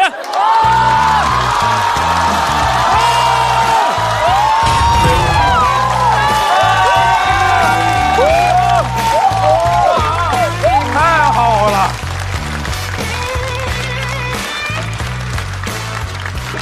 李梦洁的锁票倒计时，掌声送给李梦洁。谢谢。梦洁身上有一种怪怪的可爱，她的这个点又是大家完全没有想到的。对，我以为 BGM 会是那个王心凌那个哒哒哒，快乐快乐不哒哒哒，然后是那首歌。然后后来你开始唱这个 BGM 的时候，我就发现为什么要唱歌啊？然后那个，我真提神，这晚上听这个啊。不好意思。春春什么时候拍的灯？你看到了吧？他拍灯了之后，我就没有准备再唱那个瞄准转动。我虽然是那个点拍的灯，但是实际上我之前就想拍了，所以就是刚好卡在那个点儿上。因为我是觉得他讲他跟那个骑手两个人交锋的这个过程，其实我本来觉得很怪异、很诡异，我就不知道他怎么写出来的。其实他也是一个稍微和谐环境下发生的事情。因为晚上真的很黑，好像这个晚上你可以做很多事情，就是你可以遇到一个打工的跟你一样，下班结束之后，突然你俩就很开心，因为一件事情，好像我说的很奇怪，不好意思，算了，不说，不是这个有点太奇怪了。最后那个拔那块让我觉得你还有理了，就是那种感觉。但是我觉得就是非常可爱，他把这个处理方式非常之巧妙，懂的都懂，然后还能一直说下去。你就觉得这事儿还就挺有意思。然后就是你说的还挺有理。哎，对，到后边还俩人还建立友谊了啊，还搭上了啊，一搭搭二大爷三搭搭四大爷就开始了。很放松。你们俩确实对着一搭搭二搭搭了很久吗？是，真的是大概好长一段路。太喜欢了啊，太喜欢了。我跟你说一下啊，我为什么听的时候不但听得特别开心，然后还有点想哭，是因为就是我20年前出道的时候，就是在网上我很不适应，就是说我正常表达一个事情，然后来一群暴徒骂我。哦，他骂我2句，我就骂他4句6句之类的，就一直这么弄。然后等到后来有了社交网络以后，有了个几百万粉丝以后呢，他们就在那儿说你为什么要跟这样人一般见识？这样执行了很多年以后呢，就留下了很臭的名声。我那时候我真实的想法跟你说的一模一样，我就觉得我跟他平等的，所以我才骂他。我希望你知道你什么是对的，但是在未来的道路上选择对你最安全最有利的来做，但是你和我都知道什么是对的就好。好，谢谢罗老师。来，梦洁休息一下。我印象深刻的就是，我说我怎么能收获大家那么多热烈的掌声？有几个演员，他们好像觉得，哎，李梦洁你好像终于讲出来了，你终于好像一个人物立住了，你终于怎么样？好像他们很开心，大家怎么这么好呀？看李梦洁的演出的时候，给我看哭了。我不知道为什么，就是我可能在他这个段子里看到一种童真吧，就特别他说1打打2打打，就是你能体会到一种怪人，是怪人吗？他这篇其实也是讲他内心小世界以及他的独特的小李的这种看待世界的世界观的，然后不奢求观众一下子喜欢我，我希望你们慢慢的喜欢我，慢慢的进入我的世界。我觉得小李这个魄力，我觉得非常的佩服，我觉得他就是最好的李梦洁。如果世界以痛吻我，我一定报之以1打打2打打3打打。谢谢大家，李梦洁。马上要上场的这位是一位来自广东梅州的客家女生，让我们欢迎虎牙。虎牙，走。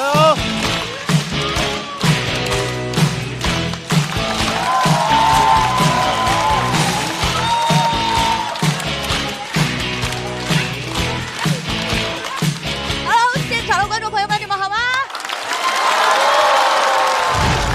大家好，我是虎牙，今年34岁，来自广东梅州客家地区。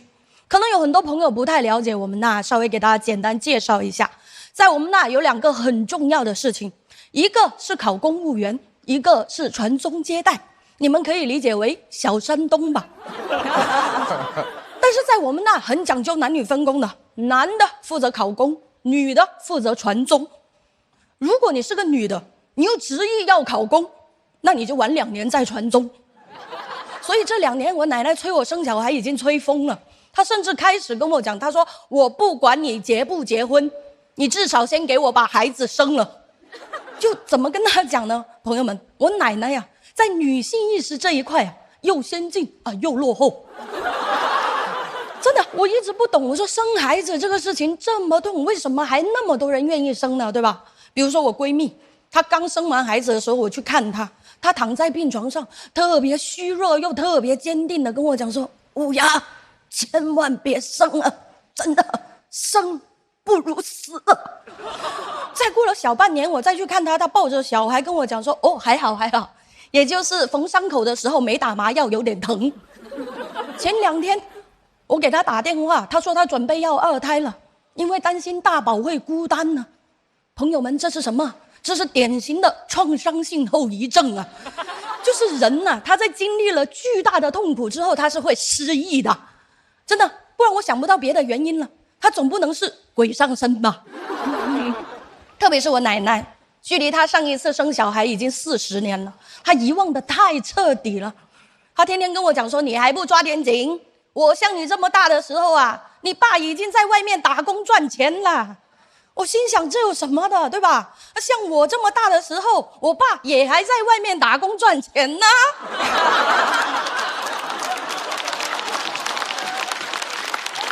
我肯定不能这么说嘛。然后我就跟他讲，我说奶奶，我不敢生啊，生孩子太痛了。他说痛你就少生点嘛，生3个就好了。我说奶奶，你说对少有什么误解啊？他说3个还不少。我生了6个啊！我说奶奶你真牛啊！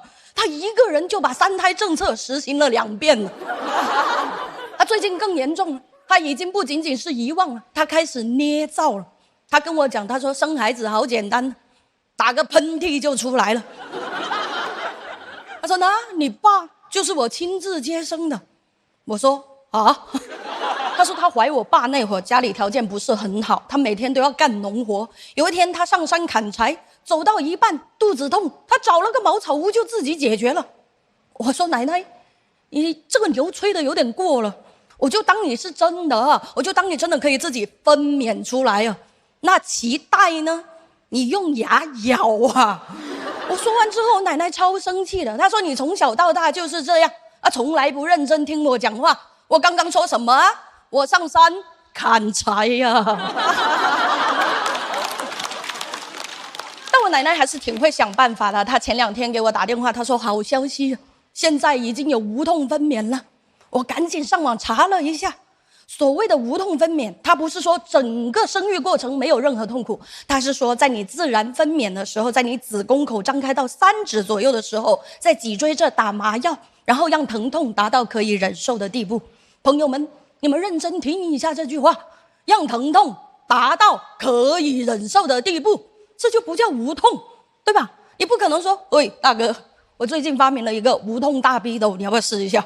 大哥说无痛的，我没试过哦。然后我一扒过去，你说哎痛哎，我说对呀，但是你可以忍受啊，对吧？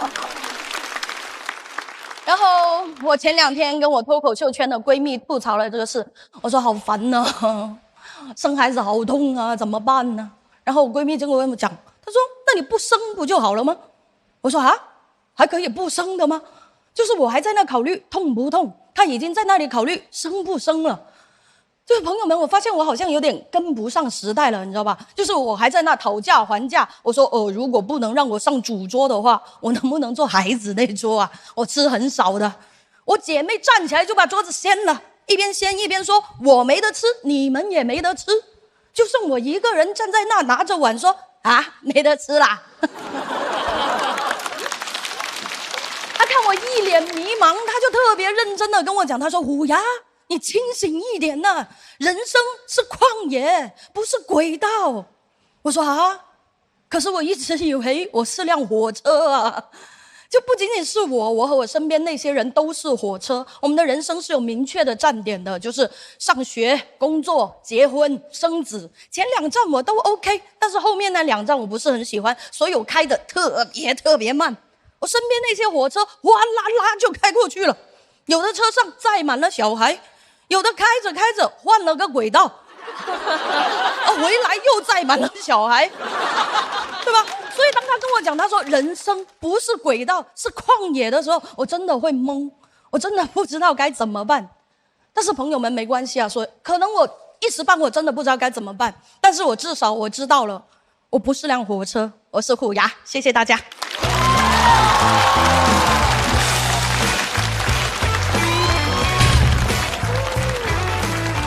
来，虎牙的锁票倒计时，来，掌声送给虎牙。虎牙的语言包括它的节奏有一种音乐的韵律，听多了还挺上头的。是啊。然后我喜欢他描述的非常的鲜活，是有生活的。我更喜欢他后半段。我之所以没有拍灯，有这样一个原因：你前半段的主人公是你的奶奶，她是一个很主要的一个角色，代表了那一代的女性，可能没有那么先进的选择。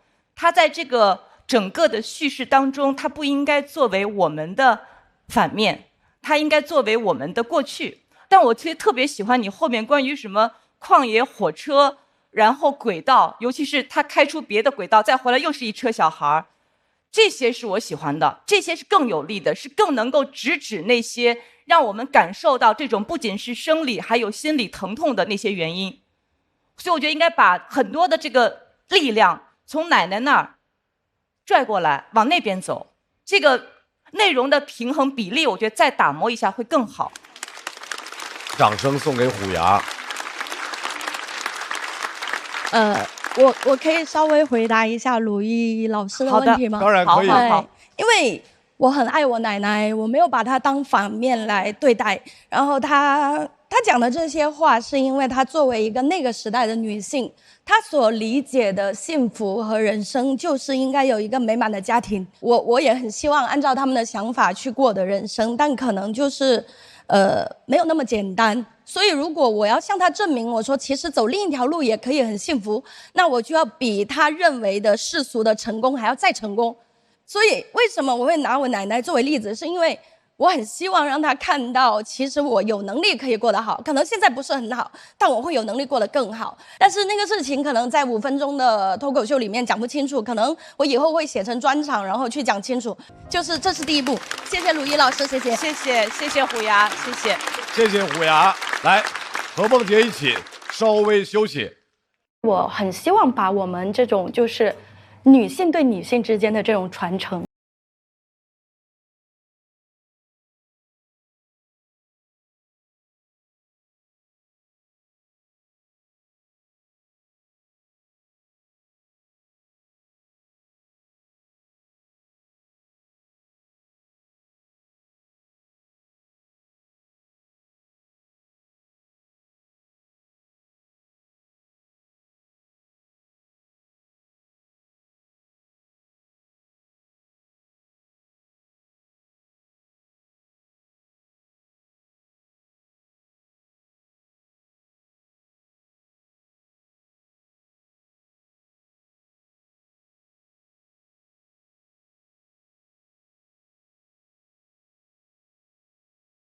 大姑姑读到了初中，然后就开始出去打工了。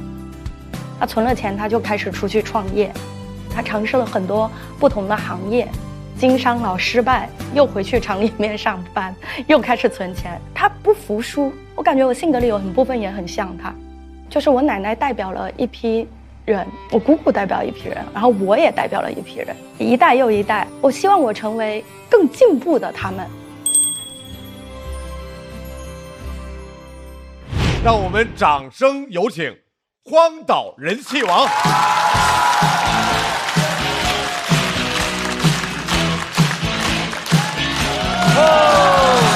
岛，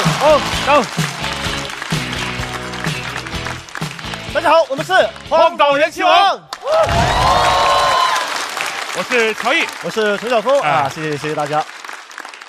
去年呢，确实啊，有一直在演出，一直在创作啊，但是没有忘记自己的本职工作，编剧的工作，还是写了很多剧本，而且有个小小的突破，写了一个国际大片《007》。哦，那个很帅啊，是吧？哎，我也很喜欢，是吧？哎，你这样，你这个剧本能不能找我来演呢？哎，巧了，我刚好带了剧本啊，现在可以让你演一下，我们看看感觉怎么样，好不好？可以啊，可以啊。好，开始啊。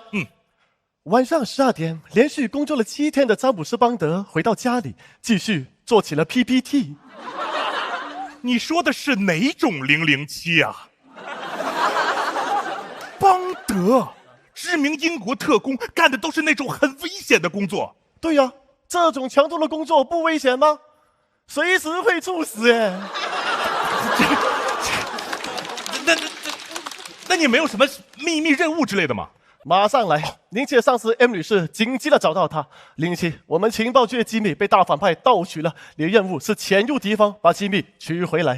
没问题。我给你准备了一些装备，这是副眼镜。遇到危险就把眼镜掰折，它就会变成眼镜蛇。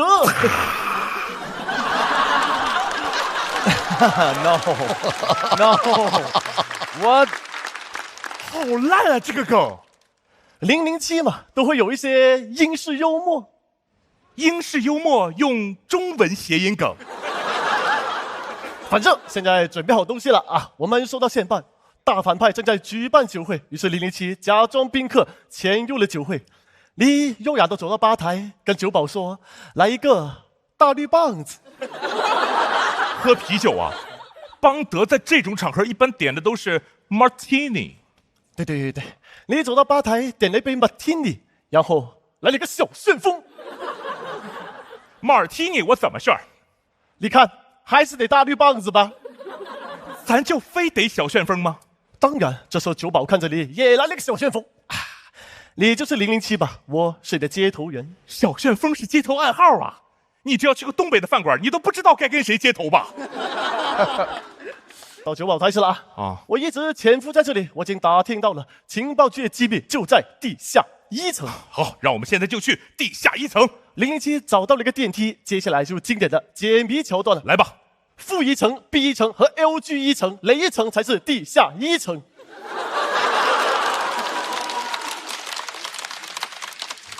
呼叫支援！呼叫支援！需要什么支援？需要秦始皇过来统一一下。这个大反派已经失去行动能力了，趁着这个机会，007突出重围，从窗口跳了下去。我们是不是在地下1层？007突出重围，从窗口跳了上去。是上下的问题吗？我从地下室跳上去，我什么玩意儿？土地公啊我！行吧，改成2楼吧啊！007从2楼跳下去，一路狂奔到他的车旁边，开始叫代驾。叫代驾干什么呀？你刚刚喝酒了呀？马天尼小旋风，开车不喝酒，喝酒不开车。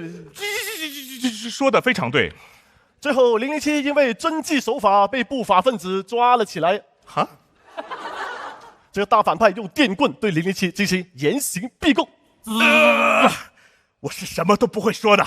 我看你还能坚持多久？我这个电可是交流电，只要被电了，都会特别想交流。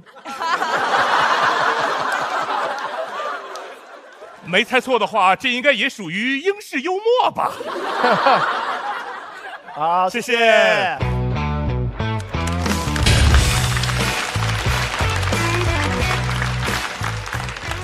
掌声送给荒岛人气王。我来替大家说两句，在看你们演出的过程当中，大佬说的话啊。大佬刚才突然拉着我，悄悄地说：“哎，这1年的过程，他们俩是老了吗？”我说：“此话怎讲？”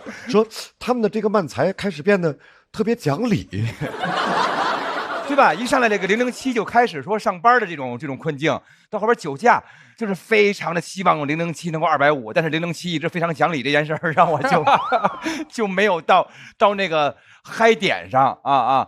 就是要很诚恳的跟大老师说一声对不起了啊，有点辜负大老师的期待了，有点辜负大老师的期待。我们出场的时候，大老师还站起来，很对开心。就是这一次的表演确实没有达到他的预期，首先就很对不起。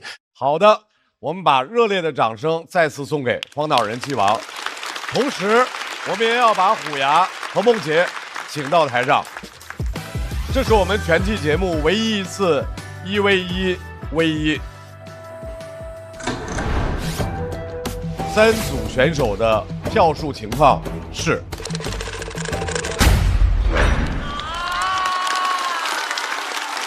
李梦洁238票，顺利的进入晋级区，而虎牙和荒岛人气王要进入到待定区。掌声送给3组优秀的脱口秀演员。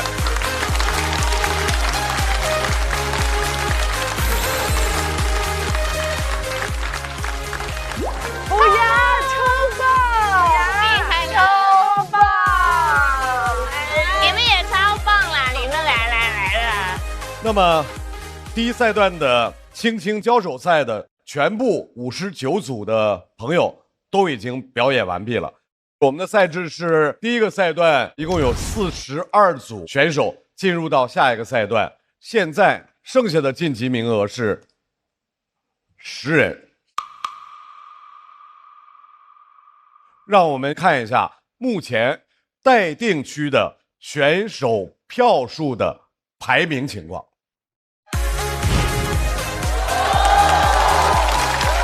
恭喜哈哈草火锅、小雪、小块、瑞瑞、Echo、菜菜、张俊、二哥、阿修，恭喜10位进入到晋级区。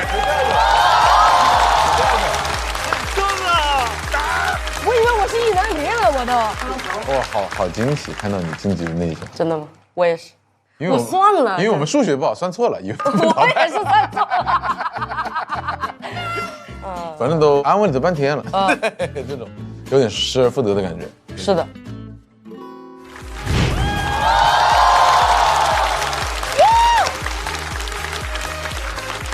同时，我们要看一下在第一赛段为我们带来精彩演出，要暂时和大家说再见的朋友们，让我们感谢鸡翅、艾斯、战英、管泽元、张慧、荒岛人气王、虎牙、小鱼、吕博伟、王子涵、Harry、赵月、周新宇、安全出口、伟大爷、大鹅、不辣。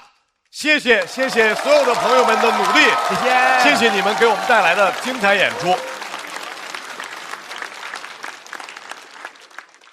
今年就是我最后一次在节目上去表演脱口秀了。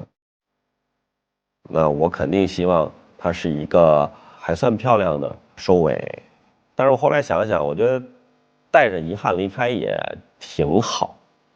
我们是最后一组目送着一位一位的朋友离开这个房间去比赛，没想到一离开就是永远，舍不得离开。对，对不起，让大家失望。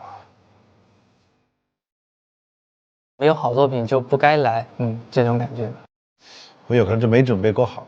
我自己非常怀疑自己的时候，其实也总归还是有一些观众他们是没有放弃我的。我觉得只是暂时没有赢而已。真的很开心，感觉做了一场很华丽、很漂亮、很不真实的美梦。广东 stand up，4个广东人，最后只有一个 up 上去。无展示段子，喜欢的观众就可以在弹幕上发无展示，对吧？我们第一次做的真的不太好，但是我不希望这个就是最后跟脱口秀的故事了。可以关注我们的播客。来线下看我们专场。我在这里认识的朋友们都特别棒，希望他们能够非常好。我觉得喜剧就是一个让大家相遇的一个过程，是件非常幸运的事情。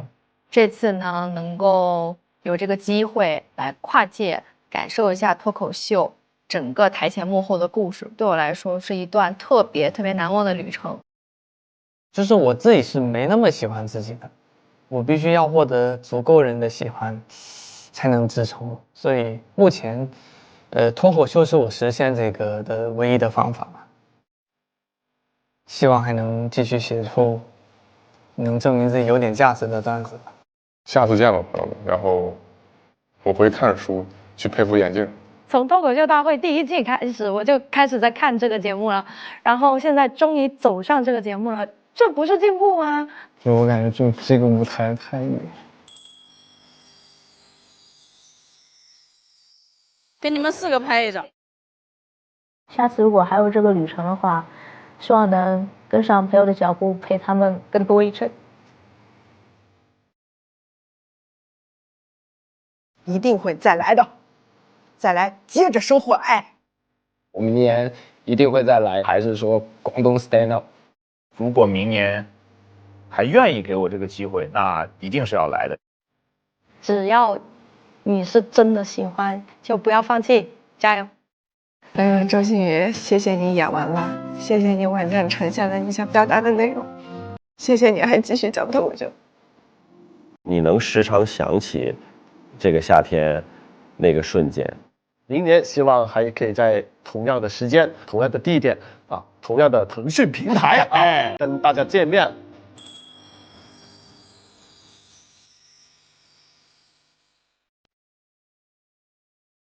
脱口秀活动的朋友们，第1赛段的轻轻交手赛到这里就全部结束了。美团闪购神速晋级快人一步。接下来我们来看一下本场的晋级名单。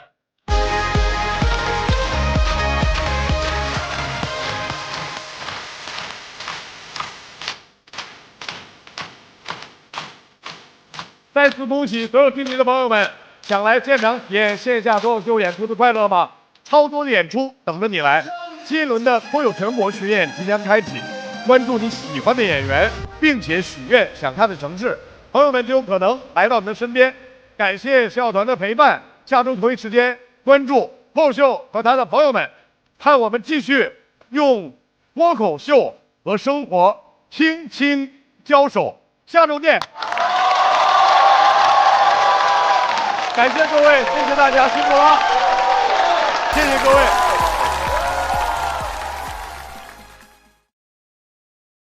今天这个表演对我来讲，其实也是一个挺特殊的一个表演，因为我这次来脱口秀，然后我这次也是在现场，就是想要去感受这个脱口秀的能量嘛。然后在这个舞台上，因为感受到了很多有越来越多的这样的女性演员的出现，也听到了很多不同的这个女性的故事、女性的声音，所以呢，今天要演唱这首歌曲呢，也是一首新歌，它的名字叫做《冬泳》。那这首歌呢，我也不只是为女演员唱的，那也是为曾经就是跃入河中的很多女性而唱的一首歌，把这个冬泳带给大家。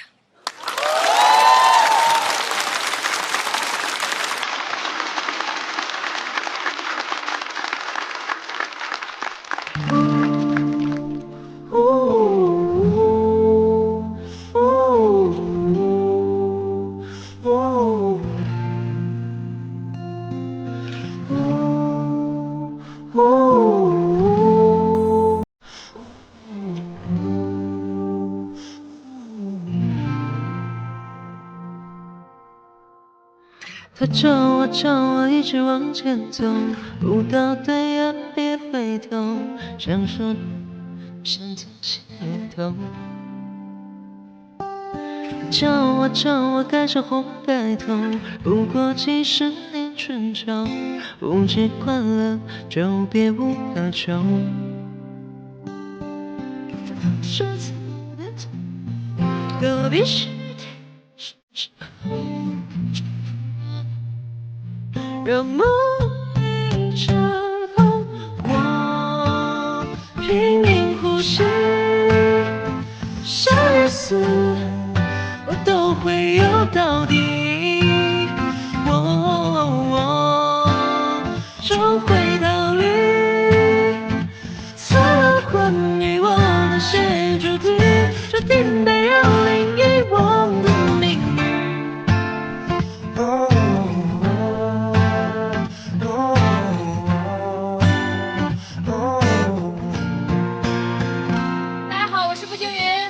我是小泡，我是小雪，我叫周新宇。大家好，我是山河的妈妈，我是大国手，我是火锅，我是王大东，我是菜菜。大家好，我叫王颖，我叫孙熙啊，我是虎牙，我叫阿修。大家好，小丽、小蝶、张慧、王子涵、大鹅、秋月，我是张央。谢谢大家，我是可，谢谢。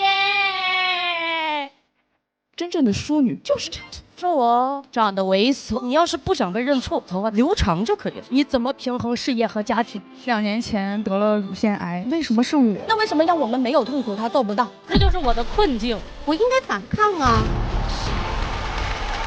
现在的人关你啥事儿？我想要歇斯底里，随便骂吧，我无所谓。一人则人，一口则狗。全心喜好了，我是永远不会认输。我只想赢，他可以，我也可以。反正我无论做什么都是榜样。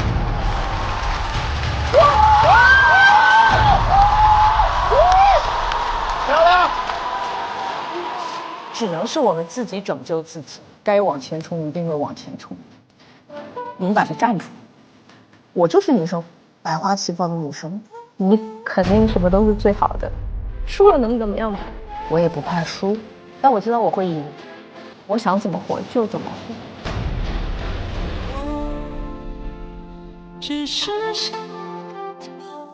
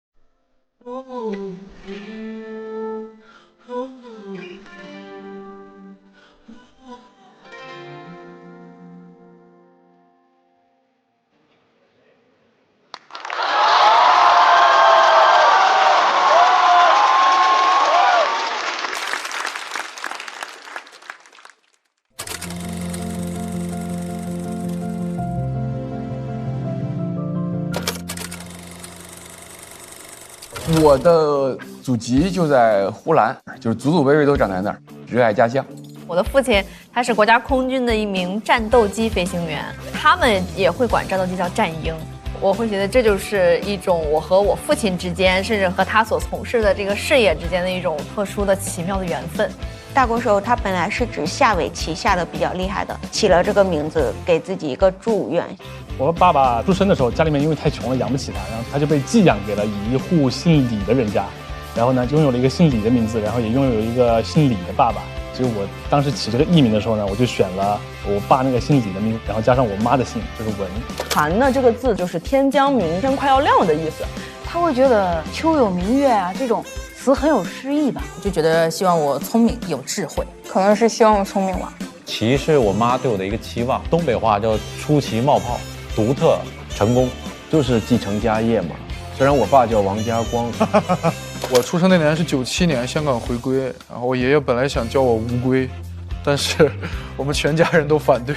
我这个就是耗子的耗，所以大家就会叫你耗子，所以从小到大几乎就是被人叫耗子叫过来的。应该是五行里缺金吧，所以给我起了这个金字旁的这个瑞。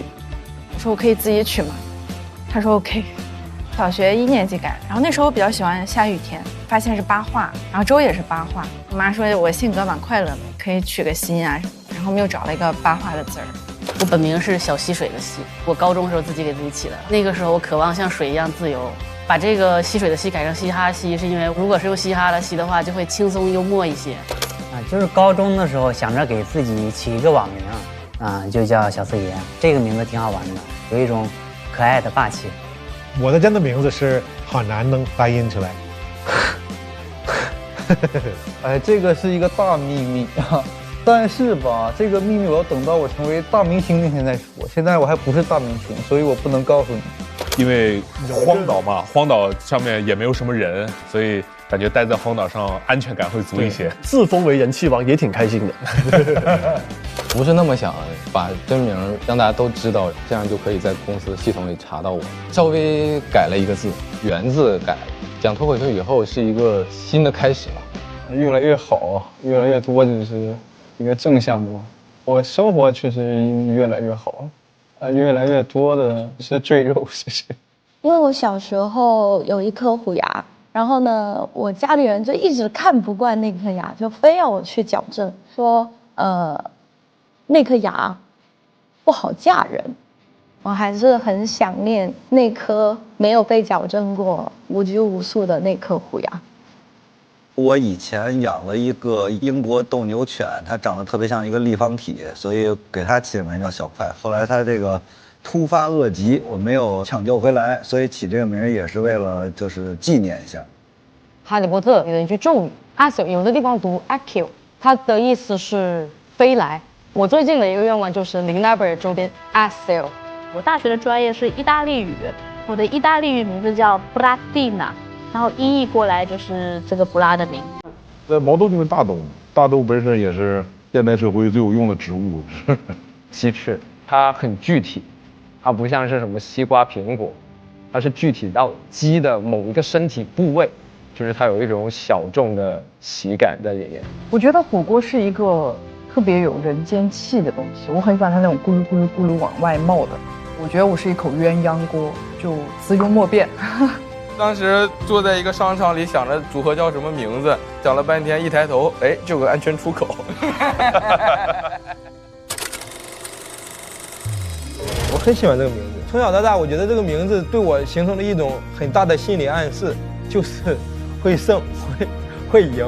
我其实之前有一点点不喜欢，后来讲脱口秀之后，我觉得哇有梗了，哇好名字。就是我上开放麦第一个段子就是我名字的段子。我觉得他跟我的脱口秀风格有一点像，就是梦是做梦的梦，杰是杰出的杰。我的段子更多的是我的一些胡思乱想，如果我把它讲得很好的话，它可以用杰字，所以我喜欢这个。我还是挺喜欢这个名字的，应该是我高中的时候给自己取的。那个时候我爱上了看三毛的书，他的名字就叫 Echo。耐心的等待，认真的耕耘，我觉得你会听到回声。拜拜拜拜哎，小七，你就是那种农人。啥叫农人？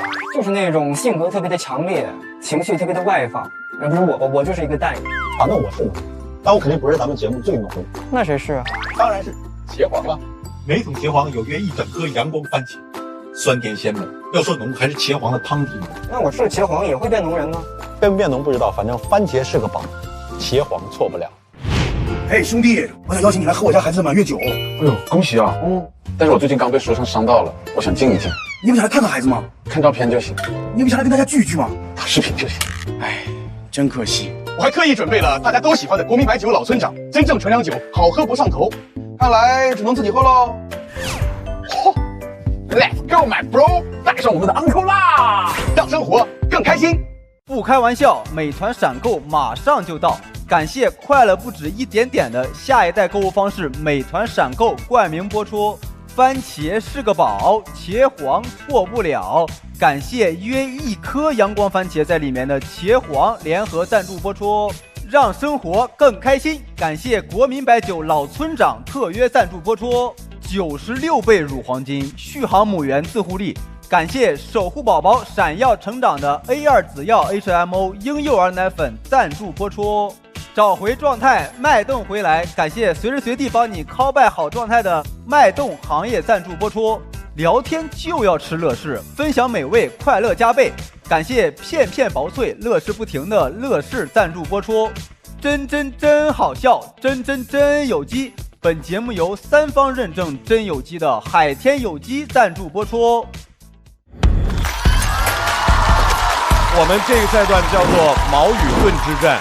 本赛段42组选手，30个晋级名额。如果票数大于等于290票，将直接晋级。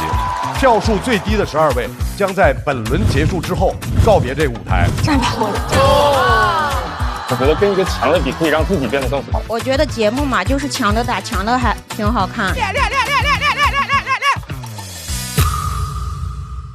不开玩笑，美团闪购马上就到，感谢30分钟好货到手的美团闪购冠名播出。番茄是个宝，茄黄错不了，感谢约1颗阳光番茄在里面的茄黄联合赞助播出，让生活更开心。感谢国民白酒老村长特约赞助播出。96倍乳黄金续航母源自护力，感谢守护宝宝闪耀成长的 A2 紫药 HMO 婴幼儿奶粉赞助播出。找回状态，脉动回来，感谢随时随地帮你 call back 好状态的脉动行业赞助播出。聊天吃乐事，分享更快乐。本节目由片片薄脆乐事不停的乐事赞助播出。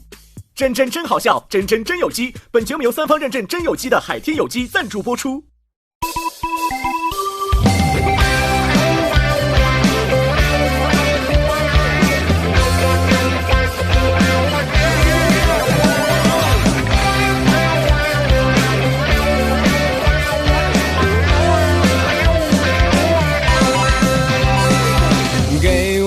阳光，更多节目精彩资讯尽在新浪娱乐微博综艺、新浪综艺。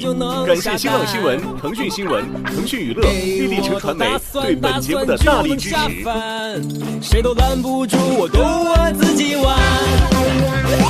给我一个木马，我就开始旋转；给我一个主角，我就开始撒欢；给我一顿筹码，劈头有概念。我反弹，我反弹，天生就是自来嗨，原因留给别人猜，管他该来不该来，心不菜就不该打不败。